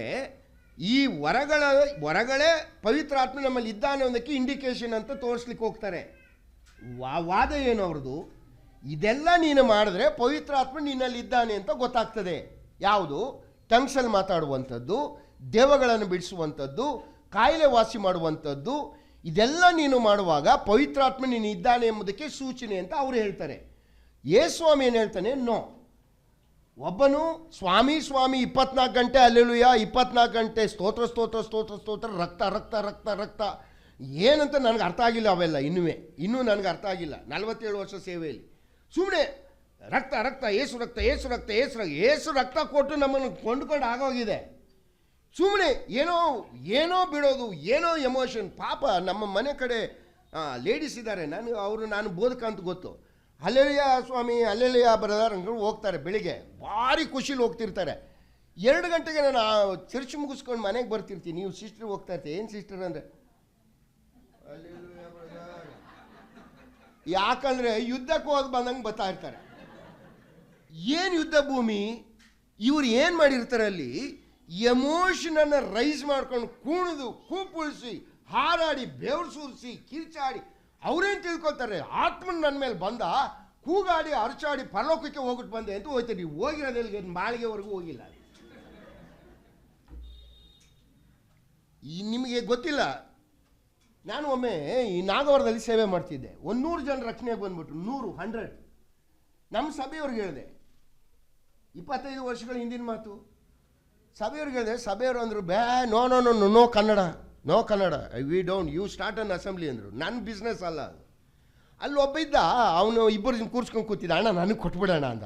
ತಗೊಳ್ಳೋ ಹೋಗು ನಡೆಸೋ. ಅವನು ಡಾಕ್ಟ್ರಿನಲ್ಲಿ ತಪ್ಪಿದ್ದ. ನನಗೆ ಆಮೇಲೆ ಗೊತ್ತಾಯಿತು. ಒಮ್ಮೆ ಬಂದ ನನ್ನ ಹತ್ರ, ಅಣ್ಣ ನಾನು ಒಂದು ಪಬ್ಲಿಕ್ ಮೀಟಿಂಗ್ ಮಾಡ್ತೀವಿ, 1000 ಜನ ಬರ್ತಾರೆ, ನೀನು ಬರಬೇಕಣ್ಣ. ನೀವು ಬರೋಲ್ಲ ಕಣೋ, ನೀನೇನು ಡಾಕ್ಟ್ರಿನ ತಪ್ಪಿದ್ದೆ ನಂಗೆ ಗೊತ್ತಾಯಿತು, ನಾನು ಬರಲ್ಲ ಅಂದೆ. ಅಣ್ಣ ಅನ್ಯರಿಗೆ ವಾಕ್ಯ ಹೇಳೋಕ್ಕೆ ಡಾಕ್ಟ್ರಿನೇನಣ್ಣ ಅಂದ. ಆಯಿತು ಅಂತ ಬರ್ತೀನಿ ಅಂತ ಹೋದೆ. ಕಾರ್ಪೊರೇಟ್ರನ್ನ ಕರೆಸ್ತೀನಿ ಅಂತ 1500 ಜನ ಕರೆಸ್ಬಿಟ್ಟಿದ್ದೆ. ಹೋದೆ, ನಾನು ಮಾತಾಡಲಿಕ್ಕೆ ಶುರು ಮಾಡ್ತೀನಿ. ಒಂದು 4 ಹೆಂಗಸರು ಮುಂದೆ ಕೂತಿದ್ರು. ಆ ತಾಟ ತಾಟ ತಾಟ ಅಂತ ತಟ್ಟಿ ಹಾರಿ ಬಿದ್ದು ನಾನು ಏನು ಹೇಳ್ಬೇಕಂತ ಎಲ್ಲ ಮರ್ತೋಯ್ತು ನನಗೆ. ನನ್ನ ಪಿತ್ತ ಎಲ್ಲ ನೆತ್ತಿಗೆ ಹೋಗ್ಬಿಡ್ತು. ಅವ್ನು ಕರೆದೆ ಅವನ್ನ, 4 ಜನ ಹೊರಗಡೆ ಹೋಗ್ಬೇಕು, ಇಲ್ಲಿ ನಾನೇ ಹೊರಗಡೆ ಹೋಗ್ಬಿಡ್ತೀನಿ, ಅದೇನು ಮಾಡ್ತೀವಿ ಮಾಡ್ಕೊ ಹೋಗು ಅಂದೆ. ಅಂದಿದೆ ಅವನು, ಅಣ್ಣ ಕೋಪ ಮಾಡ್ಕೋತಾರೆ, ಅಣ್ಣ ಕೋಪ ಮಾಡ್ತಾರೆ, ನಡಿ ನಡಿ ಅಂತ ಕರ್ಕೊಂಡು ಹೊಟ್ಟದ. ಎಲ್ಲ ಆದಮೇಲೆ ಬಾಯಿಲಿ ಅಂದೆ, ಏನಕ್ಕೆ ಹಂಗೆ ಹಾರಾಡ್ತಿದ್ರು ಅಂದೆ. ಅಣ್ಣ ಅಷ್ಟು ಗೊತ್ತಾಗಲ್ವಣ್ಣ, ನಾವು ಗಂಡಸ್ರಲ್ವ ಅಂದ. ನಾನು ಗಂಡಸೋ ಅದು ಬೇರೆ, ಏನು ಅದು ಕರೆಕ್ಟ್. ಅದೇ ಅಣ್ಣ, ನಾವು ಗಂಡಸ್ರಣ್ಣ ಪವಿತ್ರ ಆತ್ಮನ ಬಂದಾಗ ತಡ್ಕತೀವಿ, ಹೆಣ್ಣು ಮಕ್ಕಳಿಗೆ ತಡ್ಕೊಳಕ್ಕಾಗದೆ ಹಾರಾಡ್ತಾರೆ ಎಲ್ಲ. ಇವನ ಪವಿತ್ರ ಆತ್ಮನ ಒಟ್ಟಿಗೆ ಬರ್ತಾನೆ, ಬಾ ನಾಳೆ ನೀನು ಬೈಬಲ್ ಎತ್ಕೊಂಡು ಸರಿಯಾಗಿ ನಿನಗೆ ನನ್ನ ಕಲ್ತ್ಕೊಂಡು ಸರಿಯಾದ ಸರಿ ಇಲ್ಲಿ ಎಲ್ಲರೂ ವಾಪಸ್ ಕರ್ಕೊಂಡ್ಬಿಡ್ತೀನಿ ಅಂದೆ. ಯಾಕೆ ಈ ಮಾತು ಹೇಳ್ತೇನೆ, ಈ ದಿವಸ ಪವಿತ್ರಾತ್ಮನ ನಮ್ಮಲ್ಲಿದ್ದಾನೆ ಅಂತ ತೋರಿಸಿಕೊಳ್ಳಿಕ್ಕೆ ಜನರು ನಾನಾ ಥರದ ವೇಷಗಳನ್ನು ತೋಡ್ತಾ ಇದ್ದೀವಿ. ಯೇಸು ಸ್ವಾಮಿ ಏನು ಹೇಳ್ತಾನೆ, ನನ್ನ ಹೆಸರಿನಲ್ಲಿ ದೆವ್ವಗಳನ್ನು ಬಿಡಿಸ್ತಾರೆ. In my name, in the name of Jesus only they are said, in the name of Jesus ದೆವ್ವಗಳನ್ನು ಬಿಡಿಸ್ತಾರೆ. ಯೇಸುವಿನ ಹೆಸರಿನಲ್ಲಿ ಸೂಚಕ ಕಾರ್ಯ ಮಾಡಿದ್ದಾರೆ, ಯೇಸುವಿನ ಹೆಸರಿನಲ್ಲೇ ಕಾಯಿಲೆ ವಾಸಿ ಮಾಡಿದ್ದಾರೆ. ಯೇಸು ಸ್ವಾಮಿ ಹೇಳ್ತಾನೆ, ಧರ್ಮವನ್ನು ಮೀರಿ ನಡೆದವರೇ ನಿಮ್ಮ ಪರಿಚಯವೇ ನನಗೆ ಆಗಲಿಲ್ಲ, ತೊಲಗಿ ಹೋಗಿರಿ. ಅಂದರೆ ಇವರು ಯಾರು ಇವರು? ಏನು ಯೇಸುಸ್ವಾಮಿ ಮಾತಿನ ಅರ್ಥ? ಯೇಸುಸ್ವಾಮಿ ಏನು ಹೇಳುವ ಮಾತಿನ ಅರ್ಥ ಏನಂದರೆ, ಈ ಮಿರಾಕಲ್ ಮಾಡುವಂಥ ಪವರ್ ಬರೀ ದೇವರಾತ್ಮನೇ ಅಲ್ಲ, ದುರಾತ್ಮನೂ ಮಾಡ್ತಾನೆ, ಸೈತಾನನೂ ಮಾಡ್ತಾನೆ. ಪೇತ್ರ ಮೋಶೆ ಐಗುಪ್ತಕ್ಕೆ ಹೋಗುವಾಗ ದೇವರ ದಂಡ ಹಿಡ್ಕೊಂಡು ಹೋಗಿದ್ನಲ್ಲ, ನ್ಯೂಕ್ಲಿಯರ್ ಬಾಂಬ್ ಇದೆ ಅಂತ ಹೋದ. ಇವ ಕೆಳಗೆ ಬಿಟ್ಟ. ಏನಾಯಿತು? ಅವ್ರೇನು ಮಾಡಿದ್ರು? ಹಾವು ಮಾಡಿದ್ರೆ ಕಪ್ಪೆ ಮಾಡಿದ್ರು ಅವರು. ಆವೇ ಇವನ್ ನೀರು ರಕ್ತ ಮಾಡ್ದ, ಅವ್ರೇನು ಮಾಡಿದ್ರು? ಇವನ್ ಕಪ್ಪೆ ಮಾಡ್ದ, ಅವ್ರೇನು ಮಾಡಿದರು? ಕಪ್ಪೆ ಮಾಡಿದರು. ಹೋಗಲಿ, ಪ್ರಕಟಣೆ ಬರೆದ ಪುಸ್ತಕದಲ್ಲಿ ಅಂತ್ಯಕಾಲದಲ್ಲಿ ಎಲಿಯ ಮಾಡಿದಂಥ ಸಂಗತಿಗಿಂತ ದೊಡ್ಡ ಕಾರ್ಯ ಕ್ರಿಸ್ತ ವಿರೋಧಿ ಮಾಡ್ತಾನೆ. ಪ್ರಕಟಣೆ 13:13 ಆಕಾಶದ ಬೆಂಕಿ ಬೀಳುವಾಗೆ ಮಾಡ್ತಾನೆ, ಕಲ್ಲು ವಿಗ್ರಹ ಮಾತನಾಡುವಾಗೆ ಮಾಡ್ತಾನೆ. ನಮ್ಮ ಜಾನ್ ಪ್ರಸಾದ್ ಅವ್ರು ಹೋಗ್ತಾ ಇರ್ತಾರೆ, ಆ ಸೈಡ್ಲಿರೋ ಕಲ್ಲು, ಏನು ಜಾನ್ ಪ್ರಸಾದ್ ಅಣ್ಣ ಚೆನ್ನಾಗಿದ್ದೀರಾ? ಇಬ್ರಲ್ಲ ತಾನೇ ಇರೋದು ನೀವು? ಇಬ್ಲಿರಲ್ಲ ಅಲ್ಲ, ಅಲ್ಲಿರ್ಲಿಲ್ವಾ ನೀವು? ಮುಂಚೆ ವಿಲ್ಸನ್ ಗಾರ್ಡನ್ ಇರ್ಲಿಲ್ವಾ? ಹಿಂಗೆ ಹೇಳಿದ ತಕ್ಷಣ ಇವ್ರೇನು ಮಾಡ್ತಾರೆ? ಮಾಡ್ತಾನೆ. ನನ್ನ ಮಾತಲ್ಲ, ಓದ್ರಿ ಮತ 24:24. ಮತ 24:24.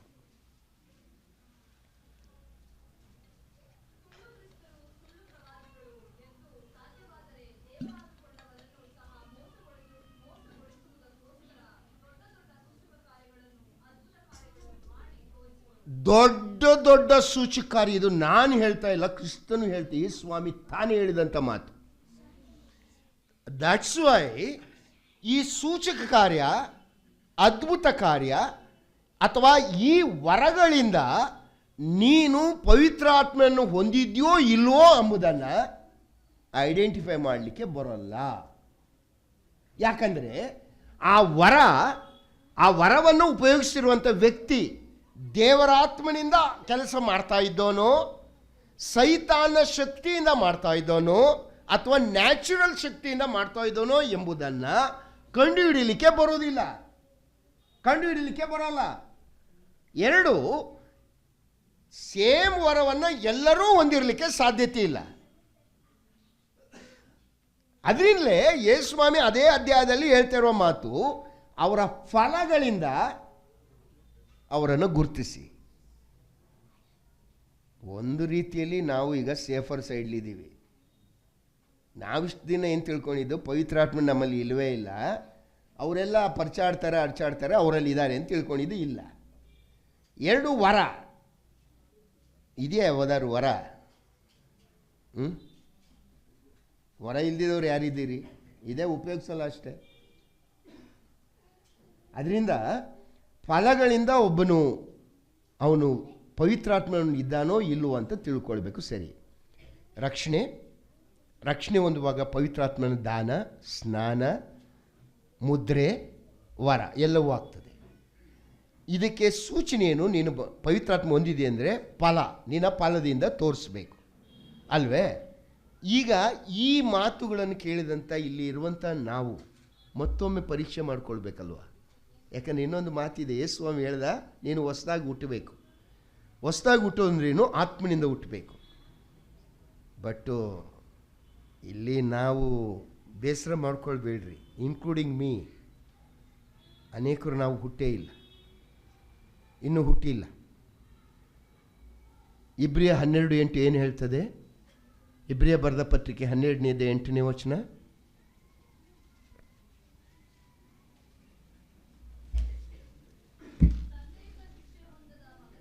ಹಾಂ,